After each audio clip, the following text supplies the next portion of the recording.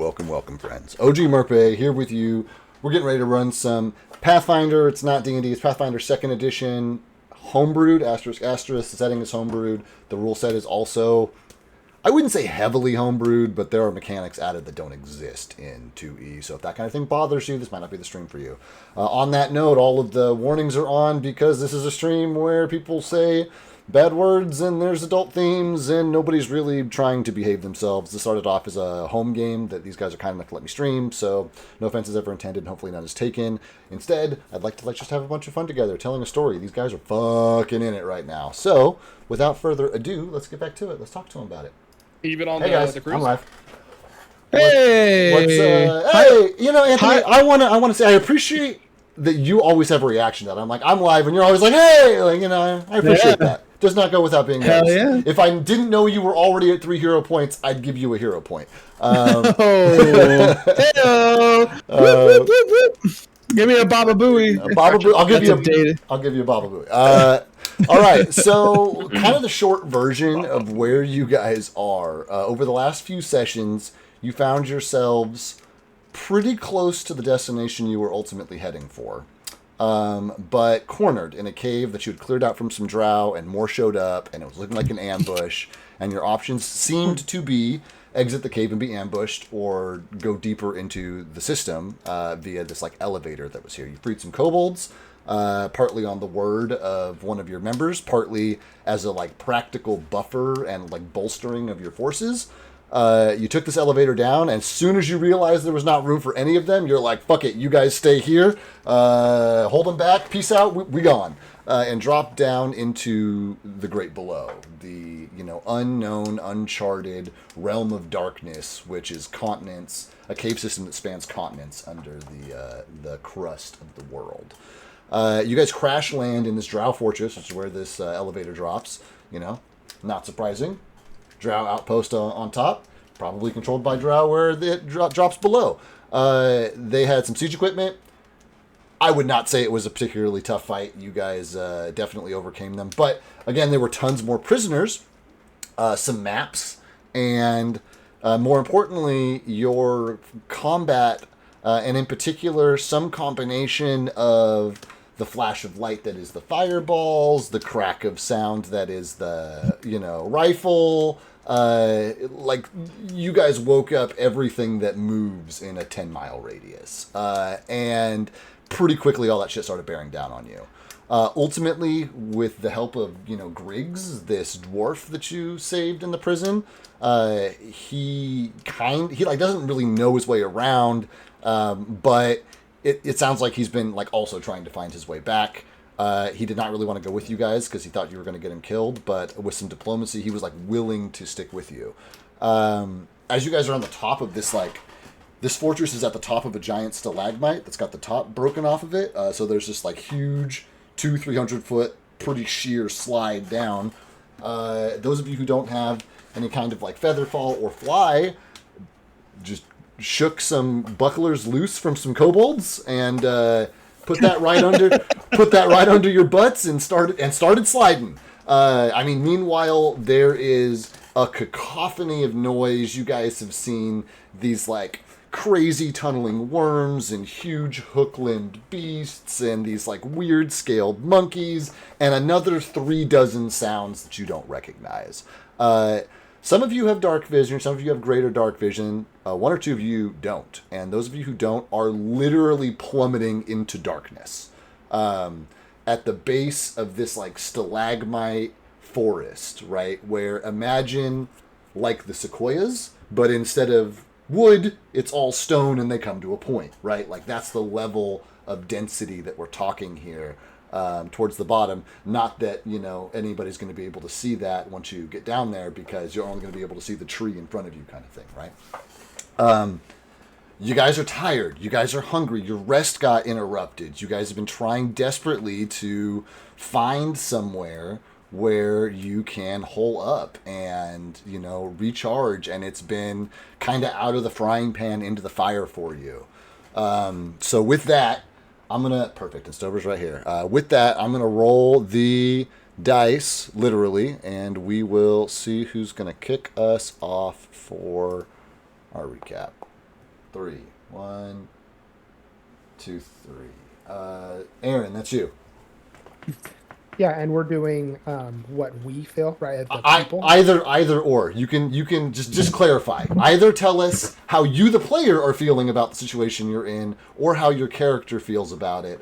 Either or at this point. Dealer's choice. Just one though.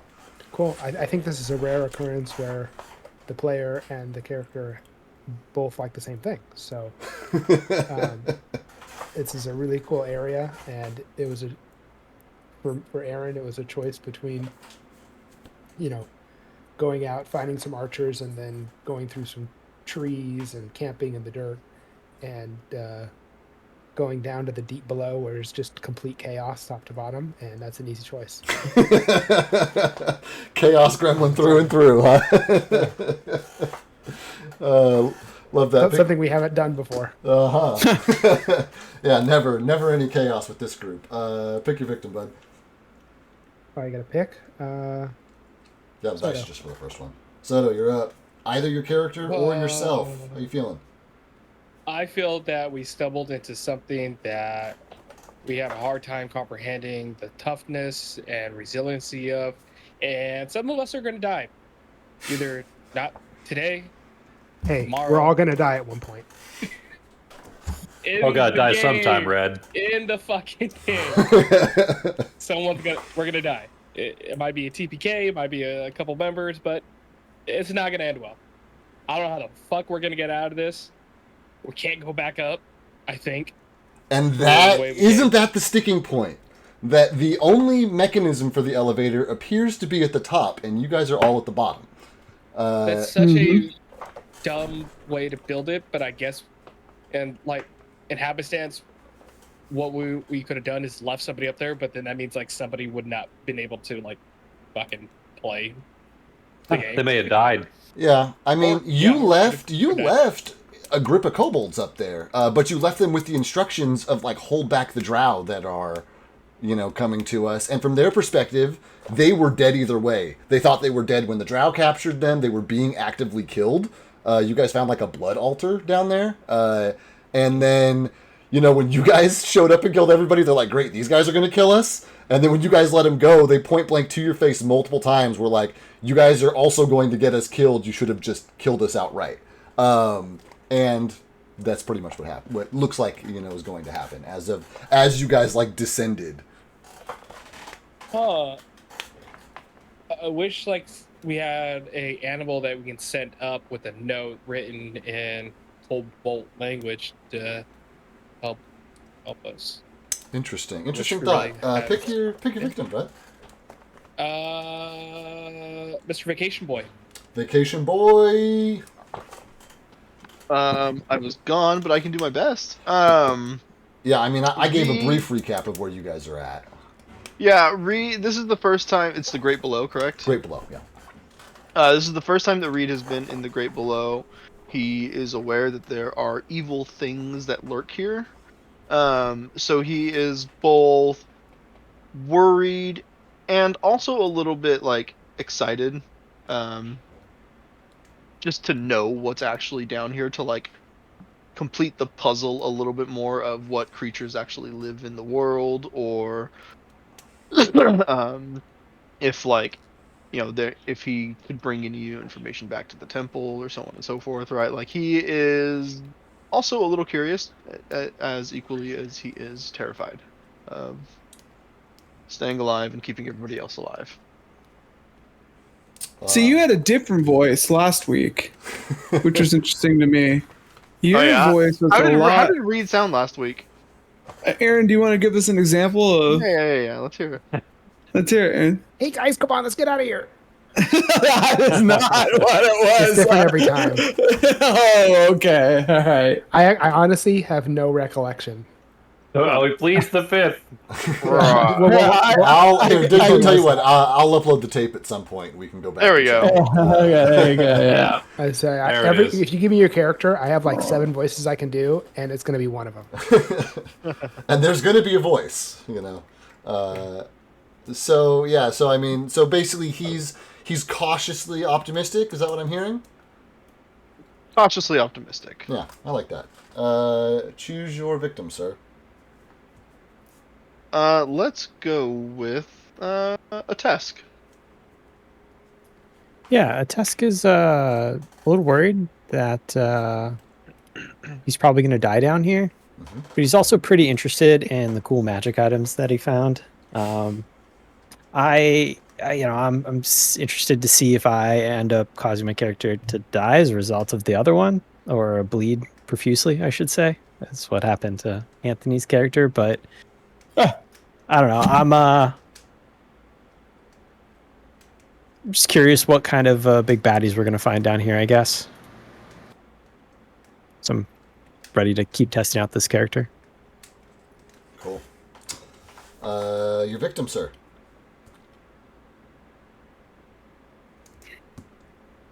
Stover? He hasn't not gone yet. It's true. All right, bud. How you feeling? How are either you, the player, feeling, or how is your character feeling? Arthur can't believe that in the same 24-hour time frame, they are once again jumping into unknown darkness and chaos. Yeah. And try twice in the same hour, bro. the same hour?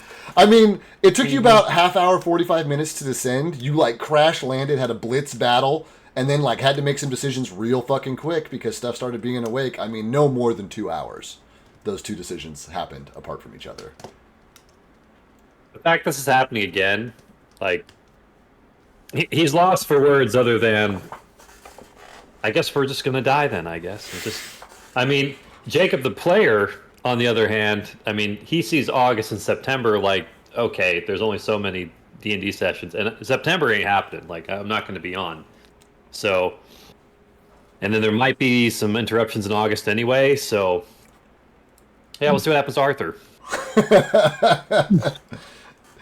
Fair enough. I believe your victim is chosen for you, as he's the only one who has not gone. Usually he's first, today he's last. Mm-hmm. I usually save the best for last. So me as a player, I'm still trying to figure out a summoner, I guess. There's a lot to it. Yeah. And I guess it feels a little underwhelming right now, but I think I'm just not using it correctly. And there's like a lot of facets. I think there's a lot more to like movement and positioning and things that are not explicitly combat I'm supposed to be using on the summoner that could benefit more. That's why I'm trying to use like more intimidation stuff. Right. More of like my feats, I notice, and to try to get that going. But Simone, the character, I guess he, upon reflecting the last like day, he doesn't really like how what these prisoners have kind of, in his mind, forced him to do. Like, he's kind of, like, normally he's pretty compassionate, but because of how these prisoners have been acting and, like, or, like, for example, if they defeat an enemy and he wants information, how callous they are and how, willing just to, like, just basically throw their lives away. Like the anger and the vengeance that Simone has felt, and maybe things out of anger that he's done, he feels like a bad person now, I guess. Interesting. Simone doesn't get angry though, so he's happy. I went and shot that the drow, the drow that was laughing maniacally as he was bleeding profusely. Yes. And then just the prisoners themselves, like we let them go, we armed them, we made a deal, and like they tried to run away from me. Like I didn't like that. Like yeah, but notably, here, you said you would. Simone said he would kill anyone who stepped out of line, and that prisoner that ran away and hid in the barrel, Simone did not kill. That is mainly because of Reed, though. Reed was like so hardcore about saving all these guys. Like Simone, because his loyalty outweighs his vengeance, his loyalty to his party, to not like piss them off in that kind of way, kind of changed his behavior, but not because he would have killed him if Reed didn't like step up and like changed his mind about saving the prisoners. but the fact that he wanted to kill the prisoners makes him feel like a bad person, I guess. Yeah. And that he's never really been around like this depravity. Yeah, and I mean, I can definitely see that for sure. Like one of those things, like as you pull the top off the barrel, it flashes through your mind, I'm in this room alone with this kobold. I could kill him. Yeah. And then, remembers his party and ends up not doing it, but having the thought triggers this guilt spiral. I like that. That's really cool. That's 100% how Simone's feeling. And we haven't had literally any time to sit down and like process it with our party. But this is definitely in the back of his mind while he's also running away from chittering horrors from beyond the depths. Right. On that note, that is everybody. I didn't do that thing where I skipped somebody. That's all of us. Rowan's probably just feeling petrified. So he's like, "Well, the party knows what's best." Yeah, he's a newcomer. That sounds like he's a tag along. That's great. Nice. Then, without further ado, you guys, as I mentioned earlier, have been just dying for a good night's sleep. It's impossible to know what time it is after all the events that transpired, but it must be well after midnight at this point, though there is no sun or moon to tell time from down here. You guys are surrounded by this cacophony of noise. You caught flashes and glimpses of monsters and horrors that the closest thing that you have experienced in your lives is the dragon that you recently bested. Things of that scale of power and that level of might and that terrifying of a creature. You guys have been, as Anthony said, on the run, have not had a moment's rest, and now literally find yourselves again careening into darkness and the unknown. But that's not entirely true, because you do know that something is down here. There's a lot of somethings down here.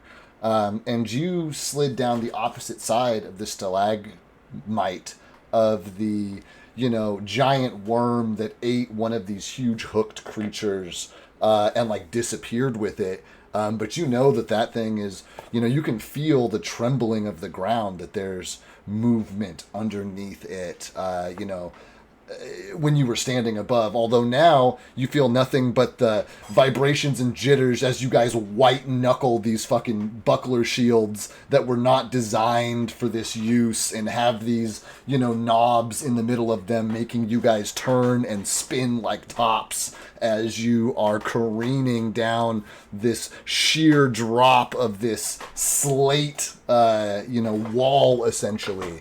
I don't believe all of you are on these shields. But nope. Meanwhile, there are kobolds tumbling off the top. I described it as one of those coin machines, that the coins drop in and it's just got the lever that pushes, things over the edge a few at a time. Because as they all flooded out of the keep, they kind of smashed into each other, and a bunch in the front that had run to the edge started tumbling over. And as you guys are sliding down, you can't see it, but you can hear these terrible screeches and war cries of these scaled primate beasts, and the terrified screams of these kobolds and goblins and deep gnomes that have been tumbling down the side here. You can hear more clamoring from up above, those who are still on top, who are just kind of waiting up there as you all slide. Those of you who are on a buckler, I need you guys to start this session with an athletics check for me, please. Joe, you're muted. Was I on a buckler? You are, unless you have another way to get to the bottom. I don't know. I think you were on your own shield. I think you were on. You were on your own shield. You're on the dragon shield. Yeah. So that's a large shield, I believe. So yeah. So you have a significantly lower DC on this check because your shield is better equipped for the purpose. You have this huge tower shield. Okay. So I just wanted to make sure if I roll or not. Okay. There you I do need you to roll. And these are public rolls. Everybody can see how well you're doing.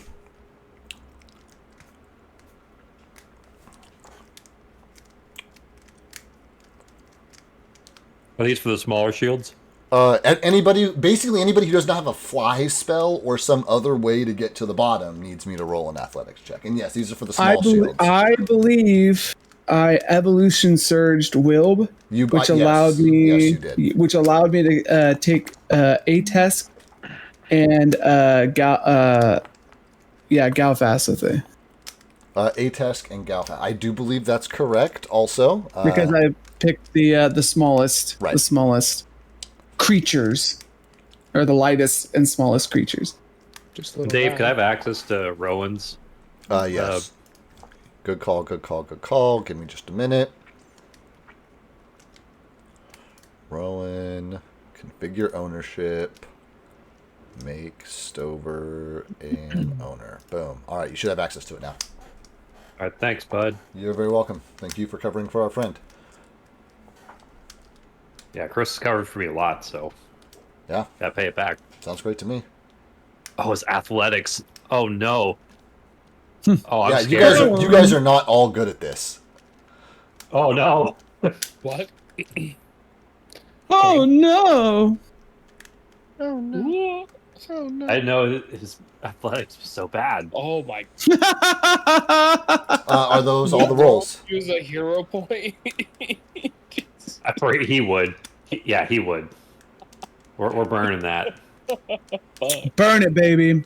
I say burn all three of them. I was hoping that somebody would say something. It's not my job, but I was hoping that somebody would say something. Yeah, below like 15. Fuck it. Yeah, at this point, you guys know to tell me if you're using those hero points. Is that everybody? Yeah. All the losers on the ground, yeah. Okay. Oh, fuck off, Magic. So you guys all begin like careening down this, the side of this cliff. Those of you who are in the air and have some kind of night vision would be able to see at least the like shapes and the streaks of your friends as they slide down. Both Kythar and Arthur are doing this, like they must have spent some time in some place that has snow. This is not their first toboggan, of their lifetimes. They're, maintaining control super well. Reed is definitely like very awkward, and even though he's on this tower shield, like getting his giant fucking ass and frame like squared and centered on this thing, he's real like top heavy because he's got all this like muscle and stuff. And if the center of mass is off. If the shield wasn't so damn heavy, he'd be really having a tough time, getting down this. And he's still having a pretty tough time getting down this. If he was on a buckler, like he'd be off the buckler. Rowan goes and grabs his buckler and starts sliding down. You see him completely like lose the buckler, and he goes like up in the air and like begins tumbling down the side of the stalagmite as the buckler sails past the rest of you down into the darkness.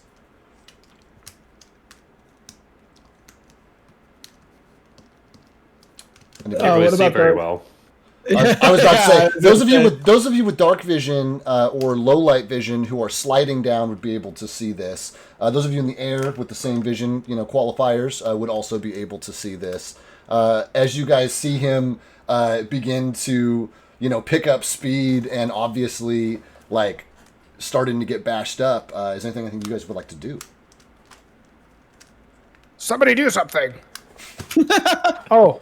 Who has the You're in the air. Yeah, you're in the air. Yeah. I'm gonna say, how much weight can this beast carry? I'm gonna say it's kind of at max capacity, fool, with you two putos on it.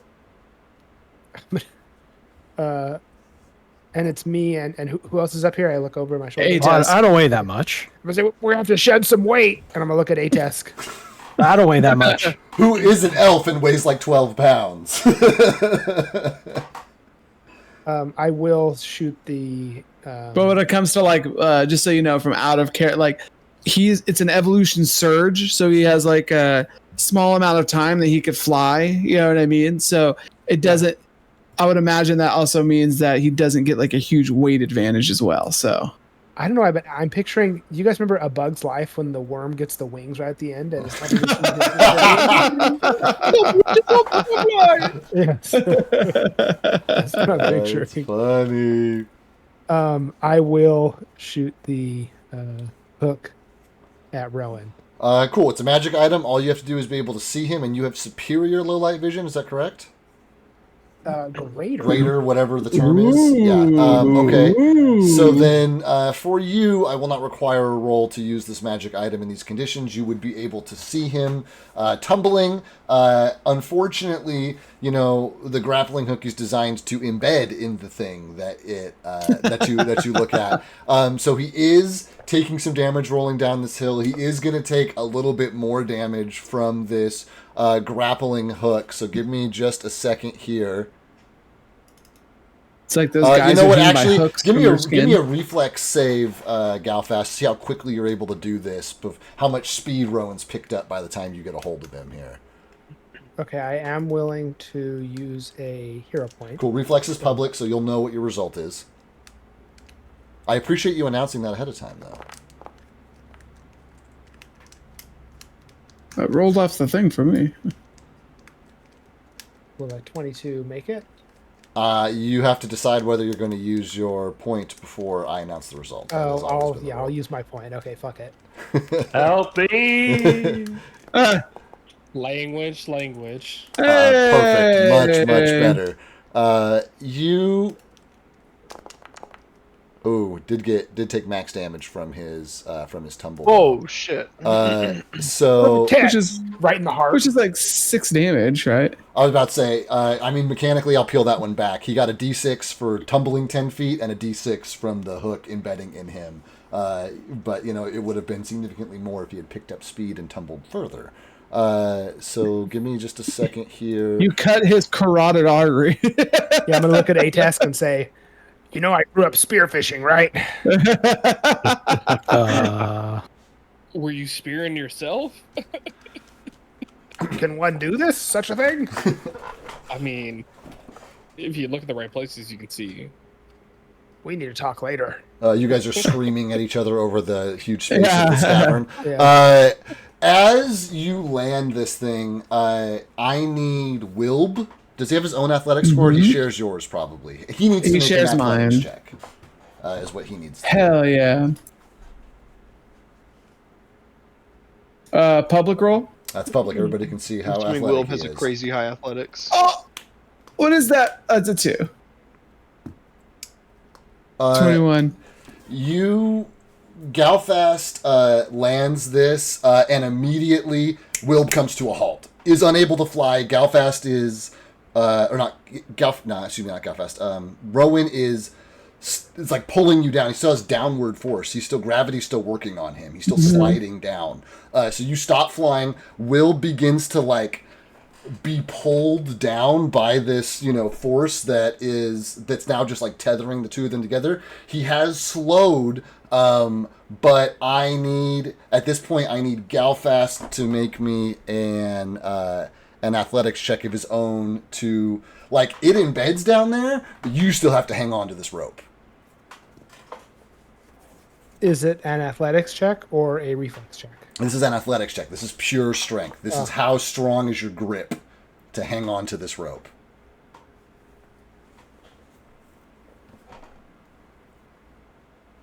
Could I say that Banjo is helping me? I have a bad athletics. Does Banjo have a good one? Yeah, Banjo's fucking Banjo can help you, but in the time he's in your pack, you're going to have to pull him out and get him to help you. That will take more time. Do you still want him to help you?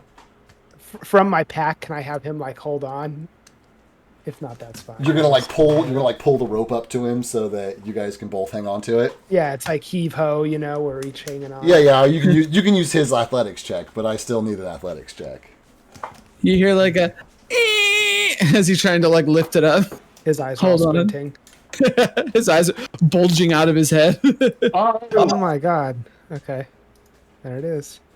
You guys lose the rope. and he begins tumbling full speed. Wilb gains, altitude again, gains control of himself. Rowan takes another d6 of damage and continues to tumble down the hill. If he goes past me, could I try and like reflex grab him? You're the first one he's passing. Reflex, make that reflex save now, please. Public. Public. Yep. Reflex is public.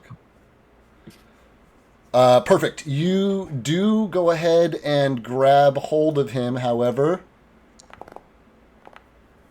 he takes another damage from falling another 10 feet. Right.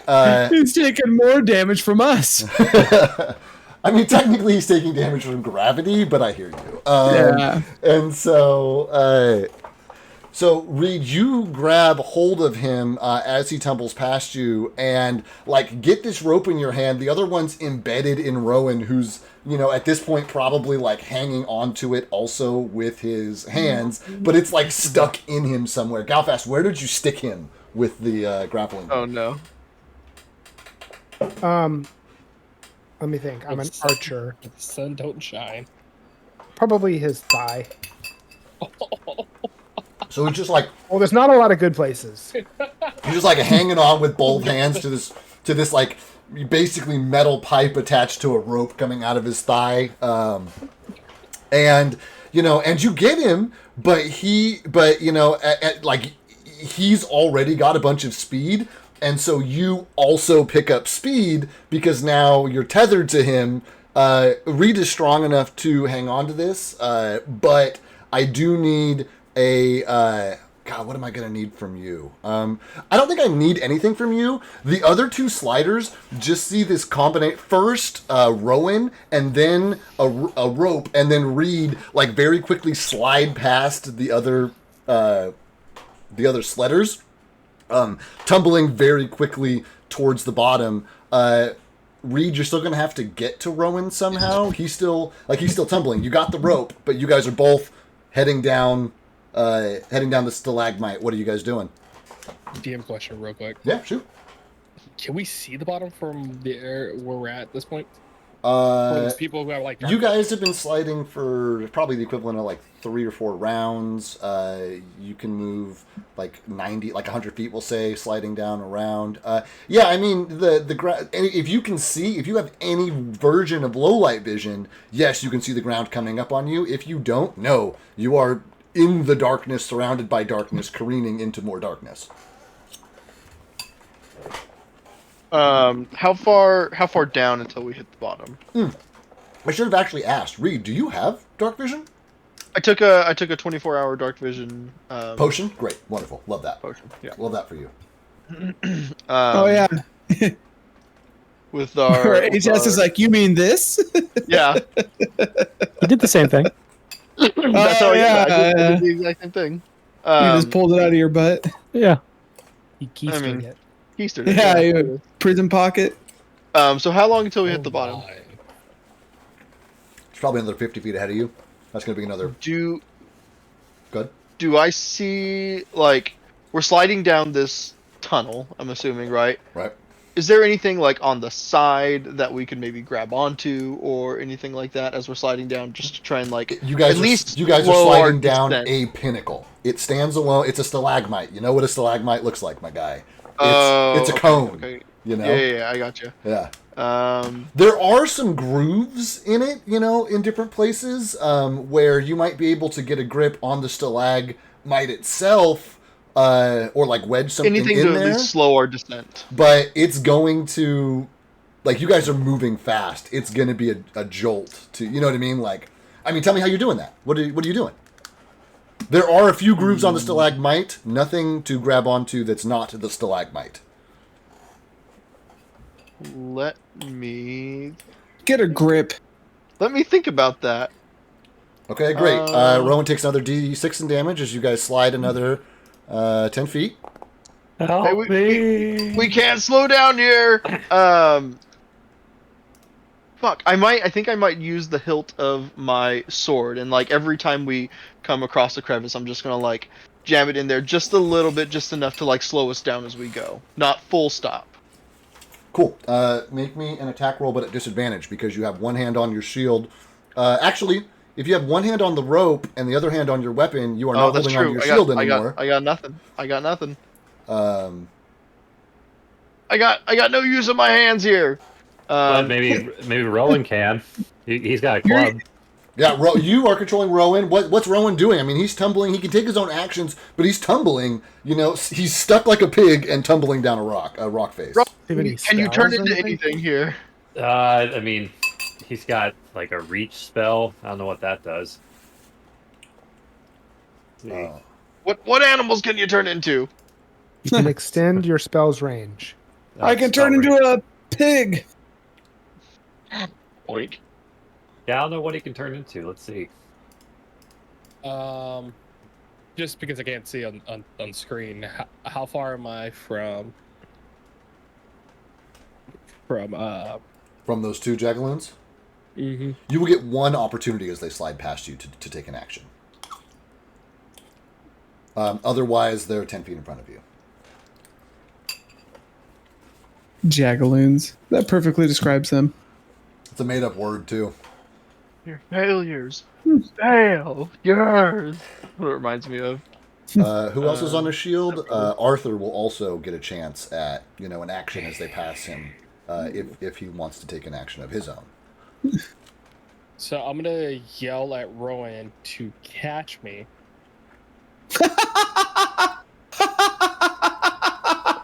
Love where this is going. Going. But I have my axe out. And so as I try to land on Rowan... Oh, you're only holding your buckler shield with one hand? I have enough strength. Okay. I just need to know that kind of thing, but go for it. Jumping towards Rowan, I jump onto him, and as I'm coming down, I smash my hammer down on the stalactite to slow our descent. Okay, I do like that.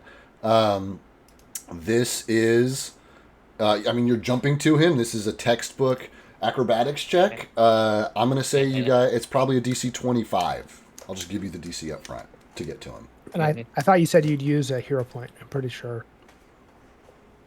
We're just burning through those, man. We're like 20 minutes in here. Hey, everything's one a session. No, you have to declare it first. You don't roll first. Well, you can watch your first result. I hesitate for a second after the result. You know what I mean? But it's on you. If you don't say it, we had to say it first. You have to say it any time before I announce the result. As soon as I start announcing the result, your opportunity to use a hero point is gone. It's lost. If it's lower than 25, I'm gonna roll a hero point, Dave. Love that. Thank you for being upfront about that. Why don't you go ahead and treat it Monopoly style. Pick up the dice real quick and roll them. Oh nope, it's my turn. You missed it. Wow.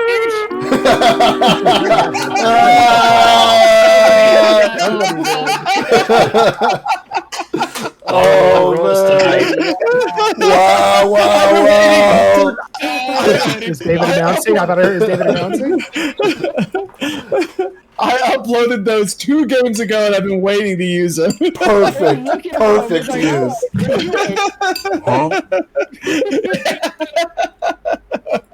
Oh God! Wow, that was so good. Talk about timing, man. Oh Jesus!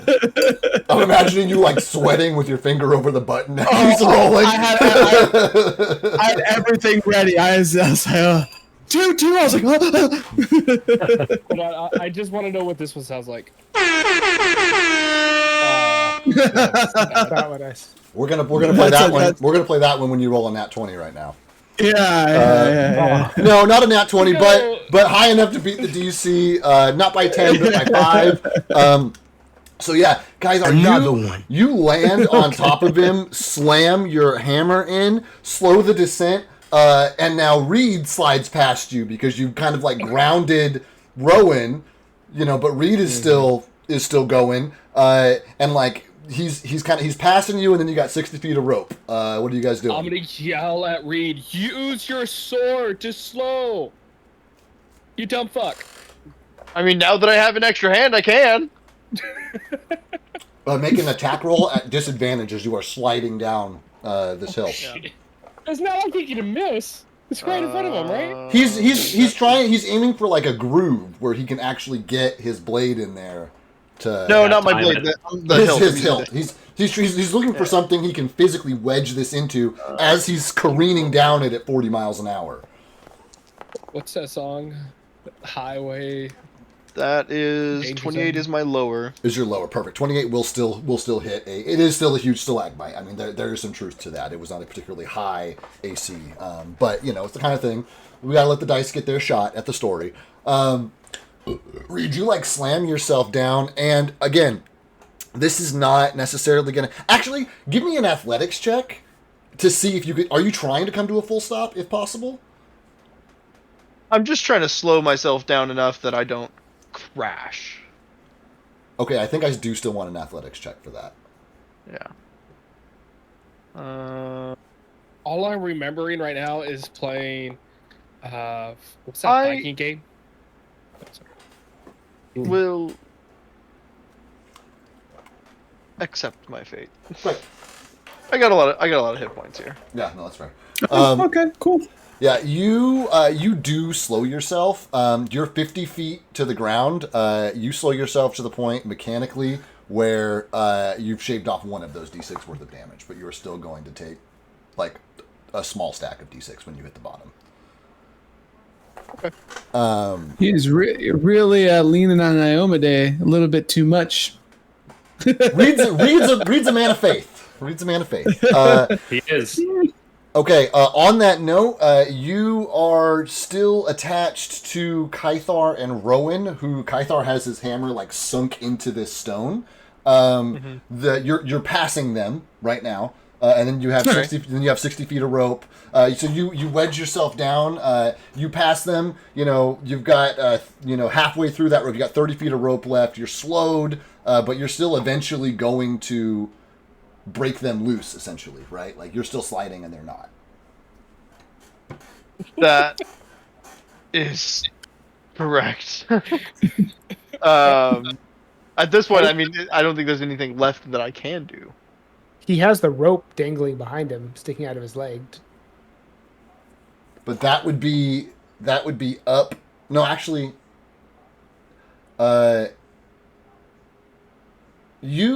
you still have the rope, don't you, Reed? Isn't that why you're still tethered? That's how you described it to me, yeah. Okay, so you have 10 feet of rope left. This thing's about to go taut. I mean, I could let go of it. Come on, math guy. Are you doing that? Yeah, I'm doing that. Okay, dude. Unless I missed it, that's the first time you said you were doing that. Oh, I'm sorry. Yeah. I'll let go of the rope. All right. All right. We've only been playing D&D for 3 years, guys. We've only been playing D&D for 3 years. All right. So Jonah's blue screen. So Reed continues careening down on a crash course for the bottom. Although he does have the pommel of his blade in the ground, you guys can see sparks flying off of it from where he's from where it's scraping this stone. The other two, so Kythar, you've got Rowan. That leaves Arthur, I believe, still kind of freeboarding down the side of the stalagmite. Is that correct? At this point, Arthur's going as fast as he can. He's just trying to get down. He's just surfing. Oh. I mean, he's going 40 miles an hour and picking up speed. Are you sure? Yeah, he's been picking up speed the whole time. He didn't slow down at all. Okay, then you're going to whiz past everybody. Starting with Kythar, Arthur is flying past you on a buckler. You got Rowan in one hand and your hammer in the other. Do you let him pass? You shall not. I already have another fucking person. If I take a second person, it's not gonna end. You will have to let go of something to reach for him. Yeah. Nah. I'll give a salute as the ship sink it down. Sky Crew, you see Arthur sail past Kythar, whose hands are full with his hammer in one hand and Rowan in the other, as they're like kind of like dangling off the side of this cliff, like 50, 60 feet in the air off the ground at the base. Reed is sliding down, but Arthur has more speed than you, Reed. You're like slowing yourself down. You got one hand on your shield, you got the other hand on your, pommel. You see Arthur out of your peripheral vision, like coming in, sliding past you, going faster than you are. Is there anything that Reed, the good aligned paladin, would do? I mean, I would try. There's no such things as alignments anymore. No such thing as alignment. How close am I? How close am I to the ground when he's next to me? You guys are probably 25 feet off the ground, and he's going to hit it in the next half of a second. That's gonna be some physics. I've seen enough people. You have a moment to react on the freeway. I don't have any hands free to do anything. I wouldn't be able to like drop my sword in enough time to grab him. Not even gonna pray, huh? Our sky cam. It also takes a hand. Our sky cam. Our Wilbocopter. You guys see this whole mess unfolding beneath you? Anything you guys want to do up there? Okay, so I'm looking down. I'm having trouble discerning. So, what do I see happening to Rowan again? So Rowan has come to a stop. He's being anchored by Kythar, who's got Rowan in one hand and his hammer plunged into the stalagmite in the other, and you can see like cracks radiating, out from it. Reed has let go of the rope, so there's the rope hanging down off of fucking Rowan, still embedded in his thigh. Reed has like surpassed the 60 feet of rope basically, and is near the bottom with Arthur like coming and sliding past him. They're basically in the same point right now, and Arthur's got way more speed, but they're both sliding down. They're easy to track because of the sparks coming off of the hilt that's hitting the stone. Anything you guys want to do? Okay. I don't know if they can hear me, but I'm gonna say, Arthur, why are you picking up speed? You're supposed to slow down. Can Arthur hear everything? Yeah, I mean, there's definitely battle, and there's there's a distinct echo on all of it, so there's like a level of background noise. But yeah, for sure. I mean, I'm assuming that Wilb is kind of like keeping pace with you guys and like flying down the stalagmite to stay as close as you guys as possible. How far? We can't see the bottom. All right. If you don't have any dark vision, no, you can't see the bottom. You have no idea. I've got low light for both Rowan and Arthur. Then you guys can tell that the bottom is coming up on you fast. Yeah, I mean, you can see that you're just about to. Rowan's obviously not, but you can see that Arthur's about to slam into the bottom. Has Arthur already gone way past? I mean, you've passed Kythar. You're passing Reed, and overhead is Wilb. Is the trio quartet? I guess that is Wilb, Simone, Tesk, and Galfast. Okay, I guess in a last minute break, you see Arthur reach out his rifle to Reed and hoping that he might get some kind of pretty much centrifugal motion to slow the fall. I also have an idea as well. All right. So Arthur just kind of like holds out his rifle to where it's going to strike you, Reed. You hear Arthur call out like, pretty much tell him like, rifle in hand. On your, what do you do when you're on a bike? On your right. Funny. Simone. He immediately goes to his left. Yeah, immediately go. Damn it, Aaron. Okay, so Simone's idea would be Galfast. You currently are on Wilb, right? Yeah, I'm assuming I'm like in his talon, I think, or something.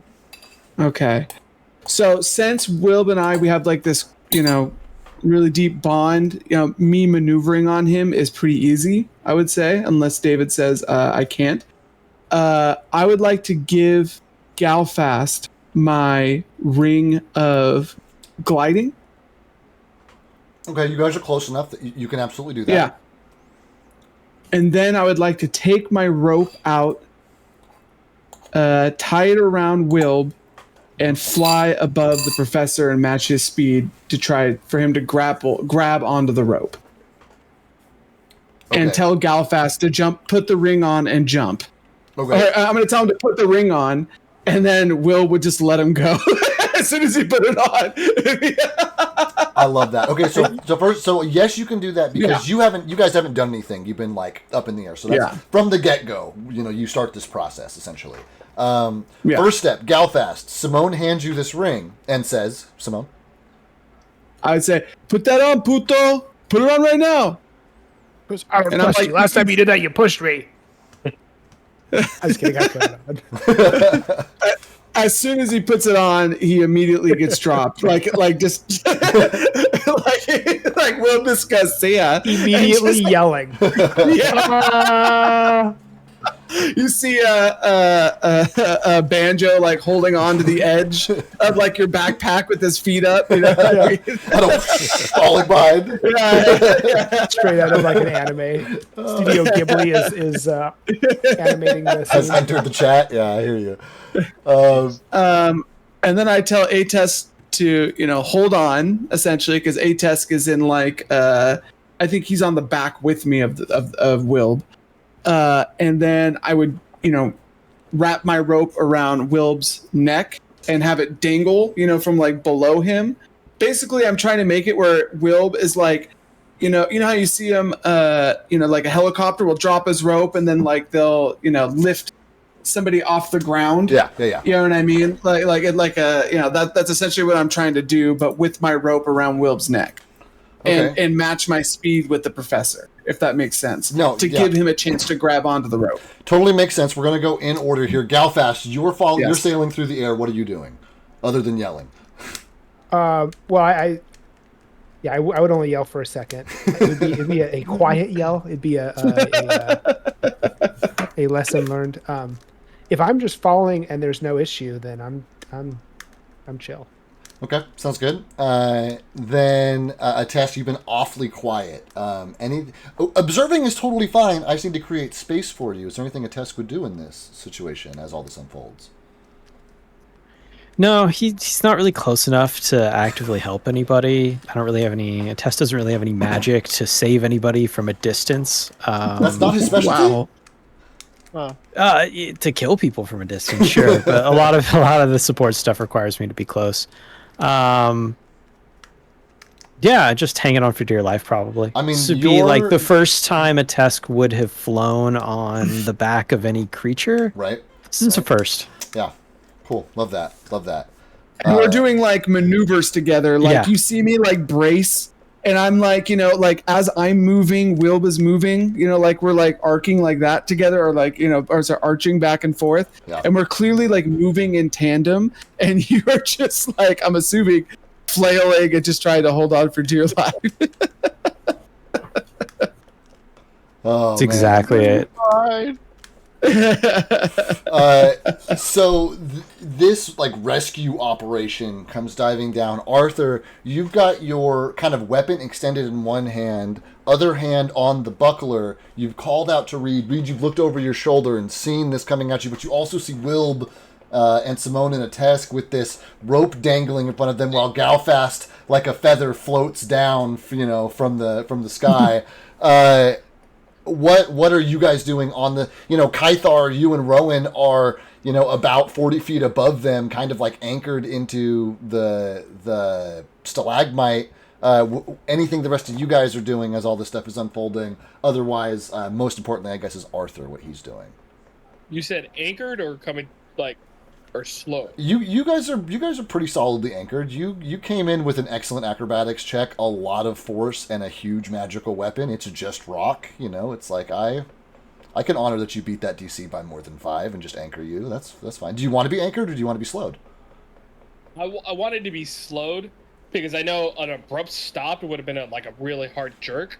Okay, cool. So my pressure would have been Okay, super solid. You got control over that. It's your jump. No, not a big deal. You are sliding behind them, though. You're still they're still kind of 10 feet closer to the ground. No matter how you slice it, kind of thing. I'm looking.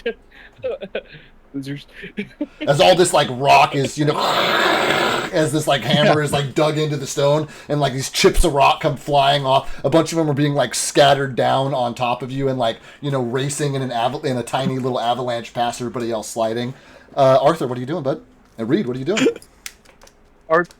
So the rope that's coming down from them two is above Arthur or me? It's above Arthur. It sounds like. I'm gonna grab the rope. Yell to Arthur. Arthur is going to do an attempt. I take it this to be an acrobatics check. This could be an acrobatics check as you jump to get to the rope. This could be an athletics check as you attempt to hang on to the rope. Arthur wants to hang on to the rope while still being on said shield buckler. So you're only going to use one hand to attempt to grab onto this rope. Is that correct? Yeah, and then he'll use the other hand if he gets a hold of it. Okay. So it'd be a 2-step process instead of a 1-step. Because if he misses and it's a 1-step process, he's done. Yeah. Gosh. But your intention is to ultimately use two hands. You're just doing one at a time. One at a time. Okay, that's fine. I will take a standard athletics check from you, please. Reed, anything else you're doing other than yelling at Arthur as you're careening towards the ground? If there is another, I'll try and take another stab at a groove and just continually try and slow myself down here. Yeah, go ahead and give me another attack at disadvantage to shave off another d6. I think you've got that much distance before you hit the ground. That is an attack. Okay, so keep lower. Those are two great rolls. Yeah, we're going to shave another d6 off the top of that as you're, finding another groove. Your first groove comes to an end, the hilt comes up, you immediately spot another one, slam it back in, more sparks come flying. Arthur, you reach up and you get a tentative grasp of this rope. You don't have the strength, even once you get the second hand on it, you don't really have the strength to pull yourself up necessarily, but you do have it in both hands, and you do feel like you have attached yourself to it to an extent. As you see him reach for this rope and grab onto it, Simone, what do you and Wilb do? We essentially, I would immediately have Wilb slow down. So the idea was to match and then pull back. Right. Okay. So that, so then that way, because he was flying past everyone, yep. Kind of thing, and so my idea was to go in and slow him down to less dangerous speed. That's a reflex save to react quickly now that he's got a grip on this rope. From Wilb, right? Wilb, yes, please. Gotcha. Reflex. Or yourself. You've got hands. You can kind of pull at that rope and help. You guys are one. You know what? If you're giving me the choice, I'll take that +1 from Simone. Yeah. Simone's up there too. Oh man, terrible rolls for me. I'm gonna use a hero point. I'm gonna use it if I can. You're more than welcome to. I have not yet announced the result. Yeah. You guys all burned a hero point in the first half hour, and in game we've had 30 seconds of time. You know what I mean? This is wild. They're here for a reason, though.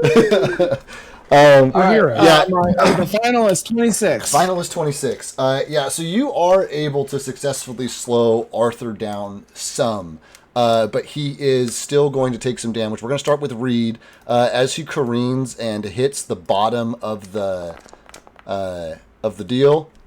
Takes a flat 10 damage. Very acceptable for Reed, I feel like. Arthur it didn't hurt that bad. Arthur, on the other hand, is moving about twice as fast, even with being slowed down by Wilb. Much worse for Arthur. Would have been nearly lethal without any kind of intervention. As it stands, still a big ouchie. But Arthur managed to make it through the battle unscathed, I think.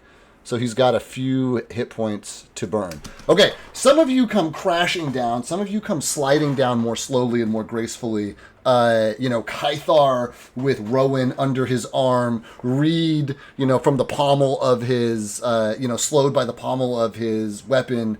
Galfast drifting through the air, and everybody else kind of like landing with Wilb. As a reminder, there is active combat going on all around you. You can hear the monkeys screaming, kobolds are dying, the ground is still trembling. Now that you've landed, it takes it a minute to register because it's dark and you're getting readjusted and the ground is still shaking. So you feel like you're still sliding even though you haven't. And it takes you a minute to figure out no, that is just the ground trembling. You guys are in the base of this stalagmite forest essentially. If these are the stalagmites, and you guys are standing at the base of one, that's a person's width. That's a person's height. You know what I mean? If there were a little man here, he'd be as big around as your circle is. You know what I mean? These things are huge, and they're about 4 times as dense as this picture, 5 times as dense as this picture. They are all over the place. So visibility, even for those of you who can see, is bad because there's physically pillars of stone everywhere that are the size of fucking sequoias. But as you guys kind of crash down and land, bits of debris from Kythar's hammer and all of and Reed's pommel and all of the bits and pieces that have been dislodged, are clattering and coming to, a stop around you guys. You've hit the bottom more or less in one piece. What would you guys like to do? Hold on. I imagine that there's Rowan came down with Kythar. Kythar slowed both their descents. Yeah, so I'm just whispering in Rowan's ear. I got you. I imagine that the gash that you used with your hammer to slow you down, Kythar, that there's kobolds just hitting that gash and spinning they hit the Death Star like a TIE fighter when it hits the Death Star. You didn't hear the Wilhelm scream? Yeah. Oh god. Classic. Get him, Porkins! You see this fat kobold come in and just whoa! Visibly slower than all the others. With a larger wake behind him. There's space, but there's somehow fucking gravity as well. Somehow one of them caught on fire and is spinning down. Look at that animated. Is somebody? Where's our? No, the one that's on fire has a broken arm from having the buckler torn off of him. So he's on fire, profusely bleeding, spinning down. What's it called? A compound fracture when the bone goes through the skin. I know. Screaming all the way until he hits the ground, and then he stops screaming. He's just sleeping. Dirt nap. Why don't you sleep on it? Okay, so I guess the first question would be: are we completely surrounded? Would be Simone's thing. No, you guys are not completely surrounded. There is a large horde of these monkey creatures on one side. A bunch of them have begun scampering up an opposite side of the pillar, but there are a few at the bottom who have definitely taken notice to you guys, and you are much closer to them now that you're at the bottom than you were at the top. And just for funsies, those things look kind of like... Oh, fuck. Where the fuck are they? There we go. Fuck. Those things look kind of like this. Well, that's fun. Fucky. Are they bigger or smaller than little guy? They are... comparable to little guy, probably a little bigger. Okay. They're not quite dwarf size. Smaller than they're dwarves? kobold size? Yeah. Size? I'd say they're definitely the same size like the kobolds and the goblins and all that stuff for sure. And they haven't noticed us? A few at the bottom have definitely noticed you guys. Hey, what do you guys think here? Kill them and get going. Are they blocking like a passage? No, there's definitely ways like in other directions for sure. Okay. I think without thinking, Simone would cast a spell. Okay. Called. Put it in chat for me. Yep. Figment. Okay, love that. To try to create a diversion with an illusion. Okay, love that. Create a diversion is its own action. Ooh. You create a gesture or trick. We're going to go trick is probably what that is. Maybe they see some bananas fall. Like rotten or like stone bananas. I don't know. It's the underground. I don't know. I don't know. You attempt a single deception check and compare it to the perception DCs of the creatures. Great. So go ahead and make your deception check, please. Okay. With this one, I'm going to use a hero point to roll with advantage. Yeah, I love that. You can go for that. Yes. Because I think so I think this might be one of those blind things where you don't know how well. Hold on. I got to refresh it really quick. For some reason, it wasn't removing the hero point. Yeah, right click essentially, is one, left click is the other. I don't know which. Yeah. So essentially what I'd like to do is divert them so that we as like a party could try to flee into an area that seemingly doesn't have any monkies, right? I'm trying to move the monkeys away. There are avenues of escape. Absolutely. Yes. Yeah. Okay, here we go. Now here it is. Deception with keep higher, I believe. Yep, that's correct. And I'm going to roll. Hey! Great. I do believe that is going to beat the perception DC of these guys. Yeah, big beats it. So, yeah, you cast this illusion. What is your illusion? Like physically, what does it look like?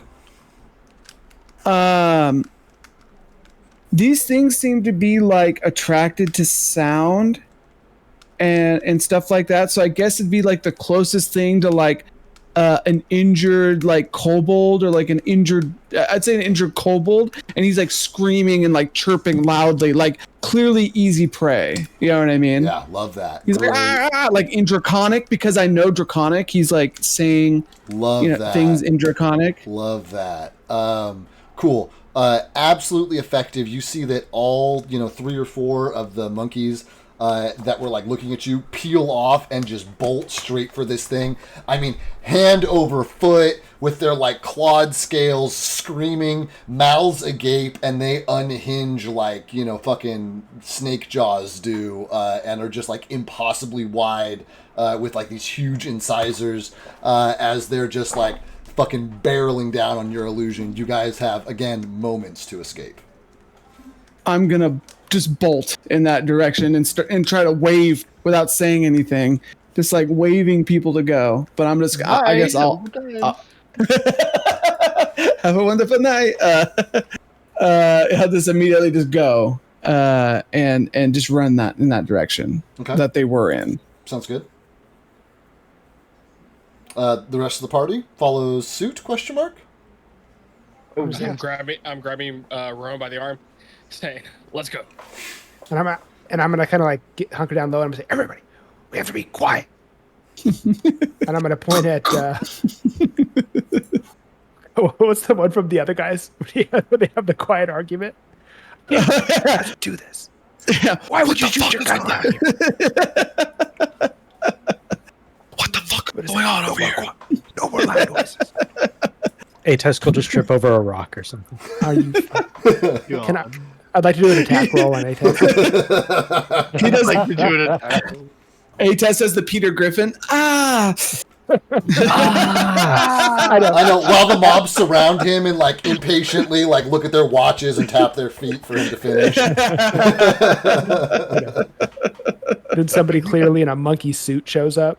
He goes in a chicken suit. It's a chicken suit. There you go. And he references that they were out of monkey suits, and that's why he showed up in a chicken suit. Wow. Love that. Love that. You know, we really could. That's why it's moments like these that really make me look forward to the comedy one shot whenever that happens, because it's going to be off the fucking rails. We will think it's very funny. I'm watching. Super quick side note. I'm watching Dimension 20's Never Stop Blowing Up. It's like a live play. They usually do D&D. They're playing a different game mode that takes place. It's like an 80s action movie, and it's all just like crazy over the top and is very like, I take this game very seriously. It's very like the antithesis of that. Mm-hmm. It's given me a lot of inspiration. I'm really looking forward to running something like that for you guys. Is that with Brennan? Yeah, that's the newest show that they're actively airing. Mulligan? Yeah, that's the newest one. They're like actively. He's my favorite. Right, he is also my favorite. Very, very quickly earned that spot. So you guys all bolt, out around the corner.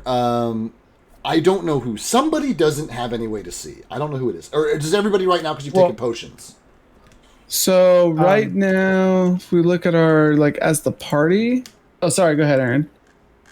Oh, yeah, I was just going to say, I think we should, Galfast is going to say, we should heal, and then we should be very quiet. And Galfast does have quiet allies feat. So if we can stealth, that gives us a big bonus. You do move at half speed if you stealth, so 100% something you can do. Are you guys more worried about creating distance, or are you more worried about not creating noise? Currently not creating noise, I think. Someone would have to stop Simone because he's just, you know what I mean? Like running with he runs really weird with his hands up in front of him like this. Trying to run slow. When going to lunch. I got my jean shorts on. I'm running to lunch. Running away from lunch. Trying not to be lunch is a little closer. Exactly. To the answer there. So Galfast, you're like telling everybody that they need to be quiet, but Simone's out here. He's not. Where are you going? Just follow him.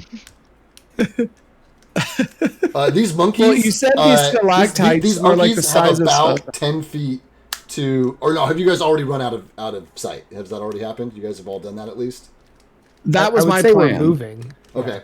So we'll say that you guys have cleared. I'm referring to these things as sequoias. You've cleared the other side of one of the sequoias. The monkeys are on the other side, and they sound pissed. Simone is bolting away. Galfast is trying to slow everybody up and get their attention, and tell them that they need to be quiet.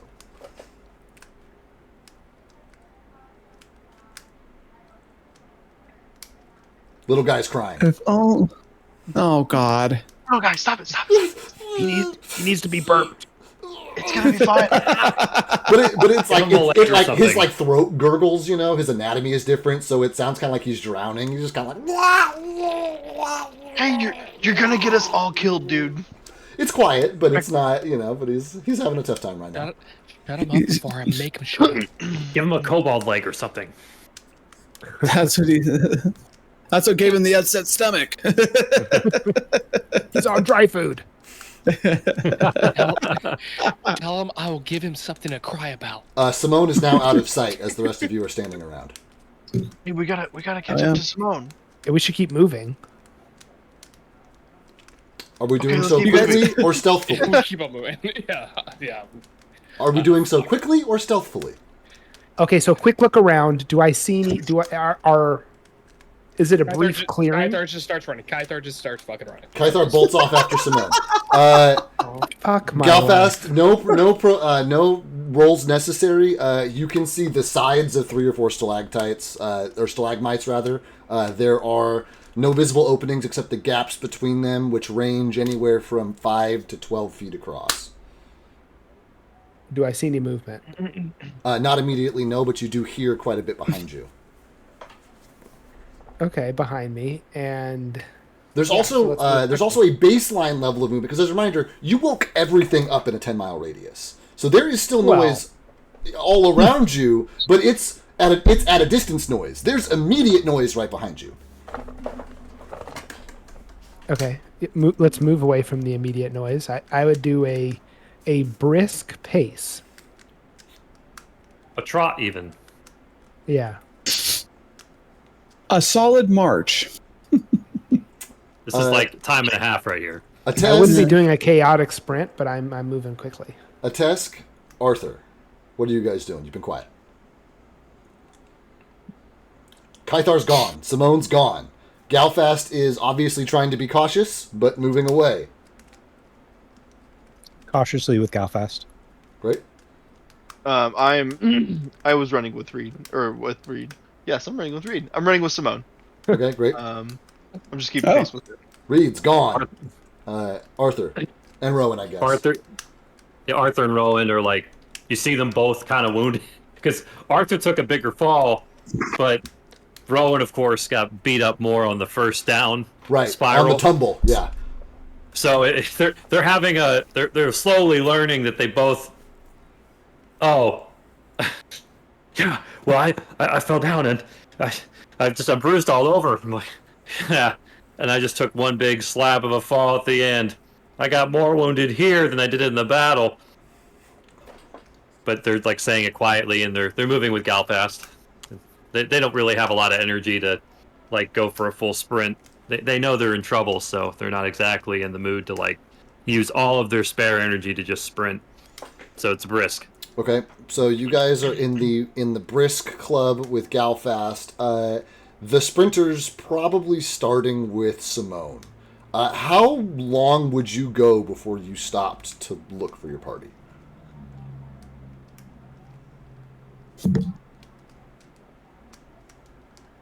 Hey, it doesn't look like everybody's with us, Simone. I'd probably till I had like 75. So essentially what Simone would do is like there's that next set of stalactites that's in front of us from the right. He would go up to that and peer past that. I guess he'd go up to that and stop and peer forward past that to see if there's any more of those like creatures chittering around. Cool. Go ahead and give me a perception check. That'll give enough time for Reed and Kythar to catch up.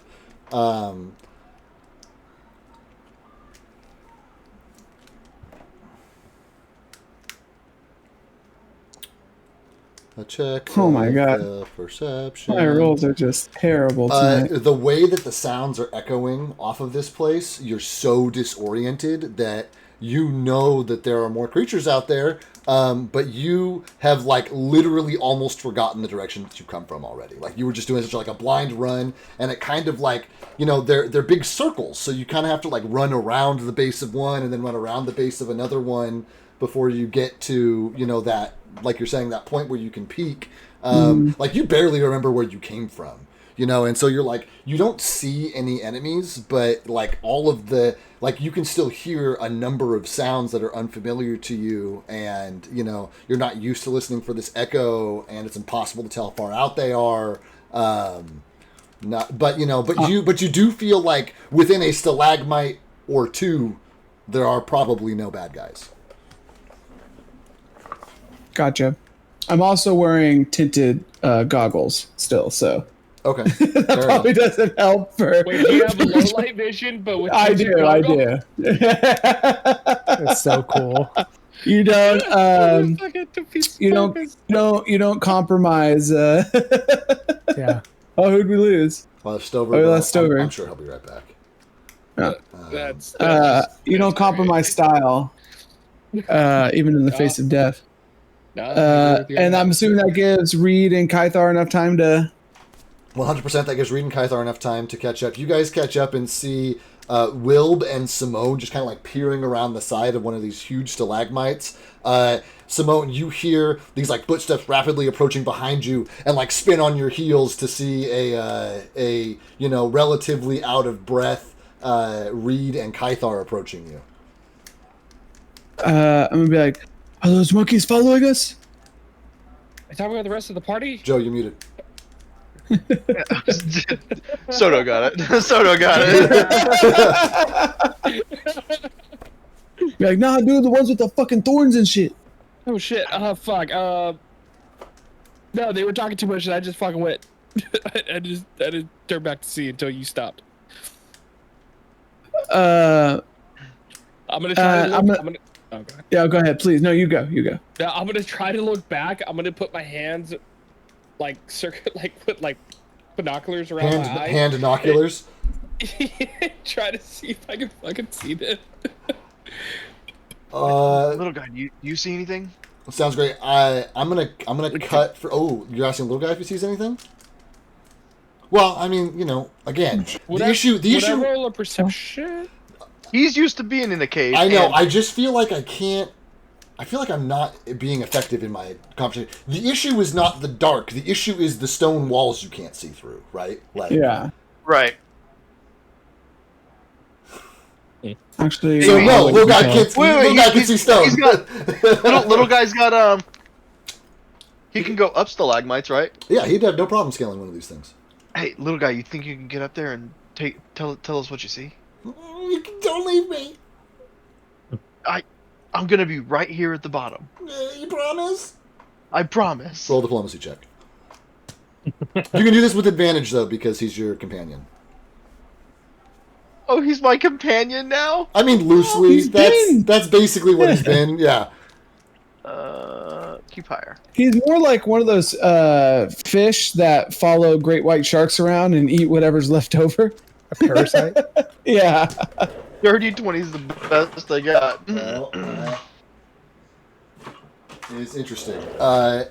He looks super nervously at you, and you see that kind of permanent anxious. I'd say worry lines, but he's kind of naturally wrinkly, so it's hard to tell. But you've started to be able to read which wrinkles are nervous wrinkles and which wrinkles are creature wrinkles.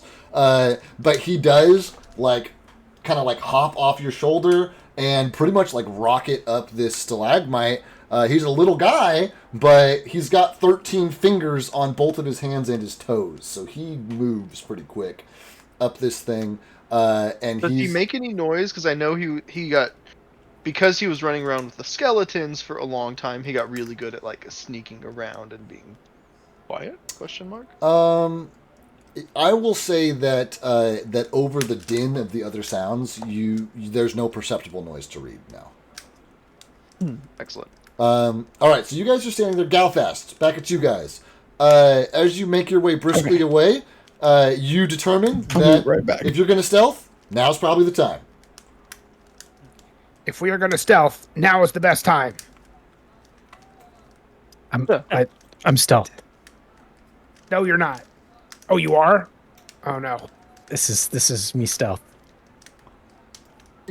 As he kicks into a rock and it bounces off the stalagmite in front of you. Let's see. I do have stealth train though. Oh wow. So Galfast, what exactly did your feet do?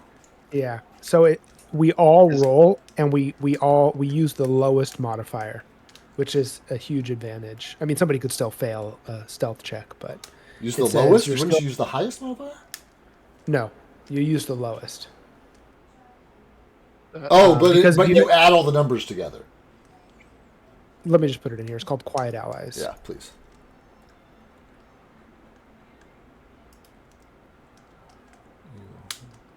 And it says, with Quiet Allies, you do so with the lowest modifier, but only needing to make one check. Means you have a 50% chance of success and only 5% chance of critical failure. It increases your party's overall odds significantly. Even if everyone has a high chance of success, it would still be 4 times the odds. Right. No, I understand what you're saying. It's just the way the math works out. No, yeah, I understand what you're saying.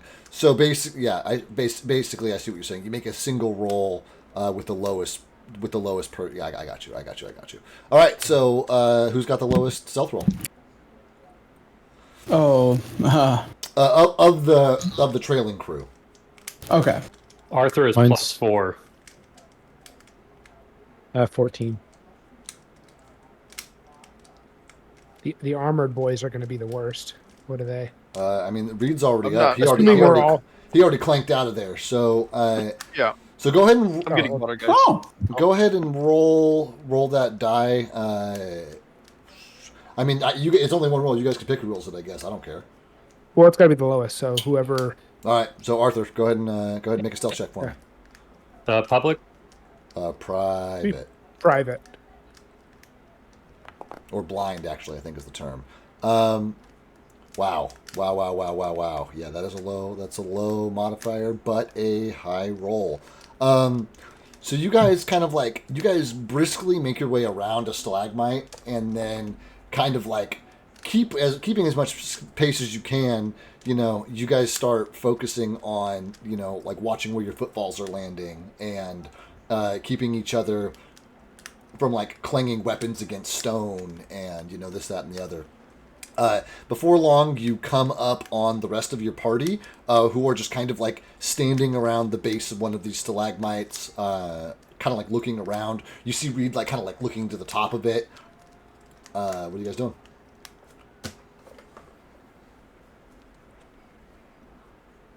Should we go? Wait.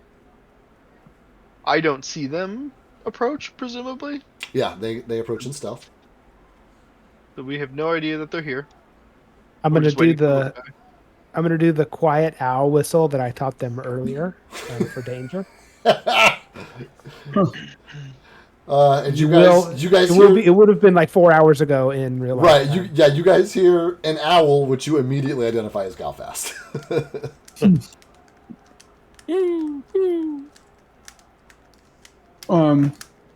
Simone walks out, and he's gonna try to make. He's like, "Whoo, fool, whoo." Putting an English word in with your animal noise. Love that. You remember SpongeBob when they were talking and they're like, you have to do this. Oh, I don't. Yeah. Oh, man. Your accent. Okay. And then I'm gonna be like looking around, and I'm assuming they, show themselves to us. I'm also making that assumption. Yeah. I'm gonna be like, did the monkeys get you guys? No, we snuck out. They didn't hear us. I'm assuming there's still a loud cacophony around us. Yeah, 100%. Yeah. The cacophony is mostly in the direction that you're running from at this point, though, and there are some new noises which have been added to the mix. Deeper, more rumbling noises. How far do they sound from us? I mean, how far have you guys run? Far enough? Question mark. You made two sets of sequoia sized stalactites. Yeah, I'm about to say if you lined up 3 or 4 sequoia trees, that's how far away you are.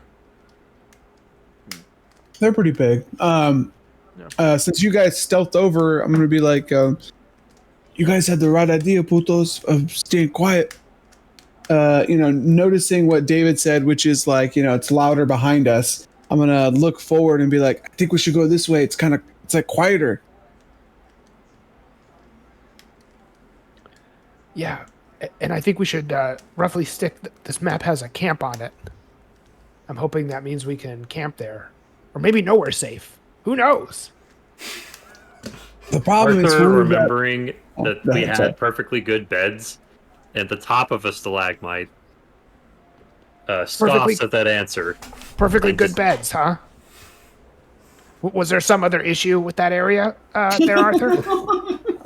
Arthur didn't say did a loud noise invite every animal bigger than the dragon we fought to that area, Arthur? What would have made a noise loud enough like that? Arthur would have just scoffed. That's all he would have done. He scoffed at the remark to like, oh, perfectly good beds or whatever. Will was gonna be like, keep the sassiness to me, sweetie. You're gonna see Arthur like all bruised and banged up in like his torso and his face, and then just like keep walking. A lot of us are banged up. Wait, we're still waiting for a little guy. Ah, fuck. Has he made it down yet? Excuse you. You Dave. you look up and you see two huge discs of pale light that are little guy's eyes, just like fucking speed scampering down. Because these things are hundreds of feet tall. So if he climbs anywhere near the top, it's gonna take him a little while to get back. But he is fucking flying back down this rock. Before he gets to you, you can hear that he's nervous. He's nervously chittering the word "monsters" to himself over and over as he comes down the stalagmite. Monsters, monsters, monsters, monsters, monsters, monsters. And it comes down. He like jumps on the back of your armor, like buries himself. I'm listening. Okay, buries himself into your bag and just says, monsters, monsters, monsters. Okay, now's a good time to go then. Did you see a safe route? God, what do I want you to do? I think I do want another diplomacy check here. This one will be straight up. As you try to calm him enough to get a cohesive answer out of him. Is that public? That is, fuck it, yes.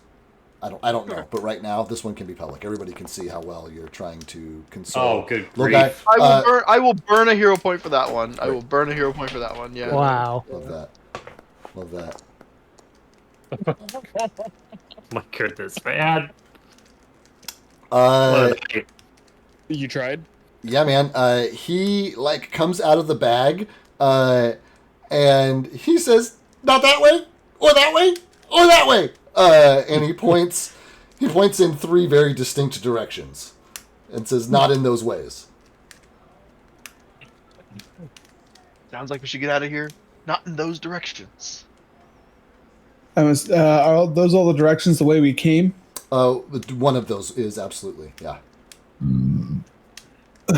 Is one of the ways he pointed the way we are going? One of the ways he pointed is one of the ways that you guys were going, yes. I'm gonna look at Reed. Then what way, puto? Let's go. Let's keep going the way we were going. He just pointed that way, fool. Oh, he did just point that way. I'm sorry. I thought he said it was not one of those ways. He did point that way. Arthur turns around. What was that? Don't go that way, fool. Little guy said there's monsters that way. Huh. And at this point, I think Simone would roll into stealth and keep quiet. And I think he's also going to unsummon Will. Let's do quiet allies. We can all go stealth. Great. Let's do quiet allies. He's gonna go, what the fuck is that? So you see, if we only the person with the lowest modifier rolls. We all just be quiet together. So you're on telling your me character sheet. So you're telling me I need to hobble myself because this puto is wearing full plate? Why don't you just tell him to take off the plate? Well, because it takes 10 minutes to take off and 10 minutes to put on. Do you want me to do that with all these monsters around?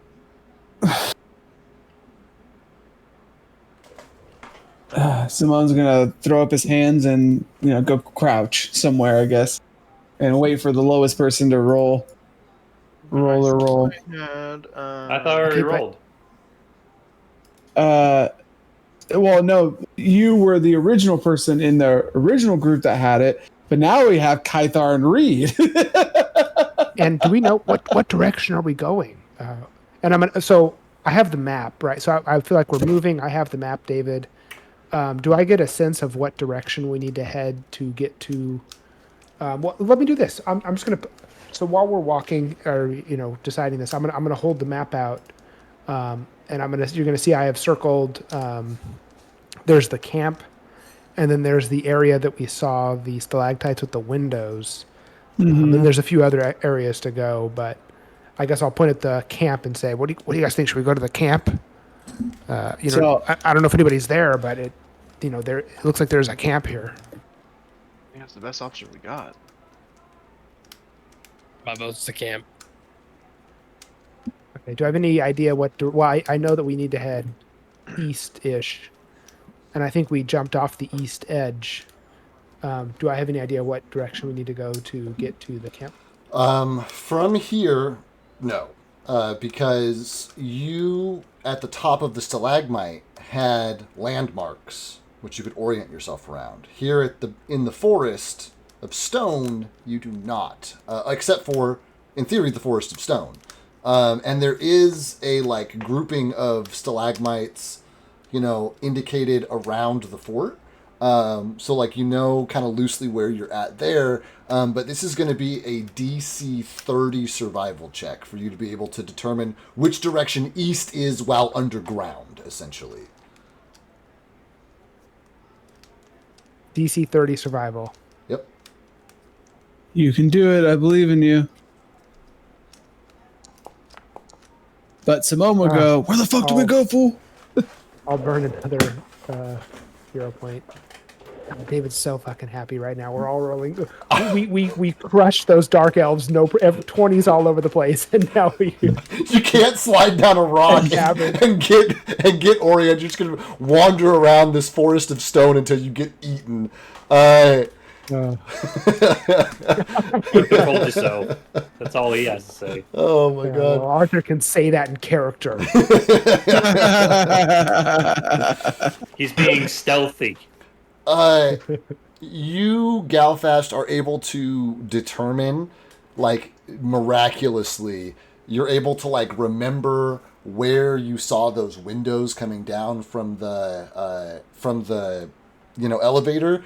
And it's one of those things where it's like, it's not north, south, east, west for Galfast anymore. It's elevator front, behind elevator, elevator right, elevator left, right? Because, like, that's all he has to orient himself. And he, like, remembers what he was seeing when he was there. So you guys see Galfast just kind of, like, close his eyes, like, turn his body slightly to, like, stay in the same direction he was getting on the elevator and be like, yeah, we need to...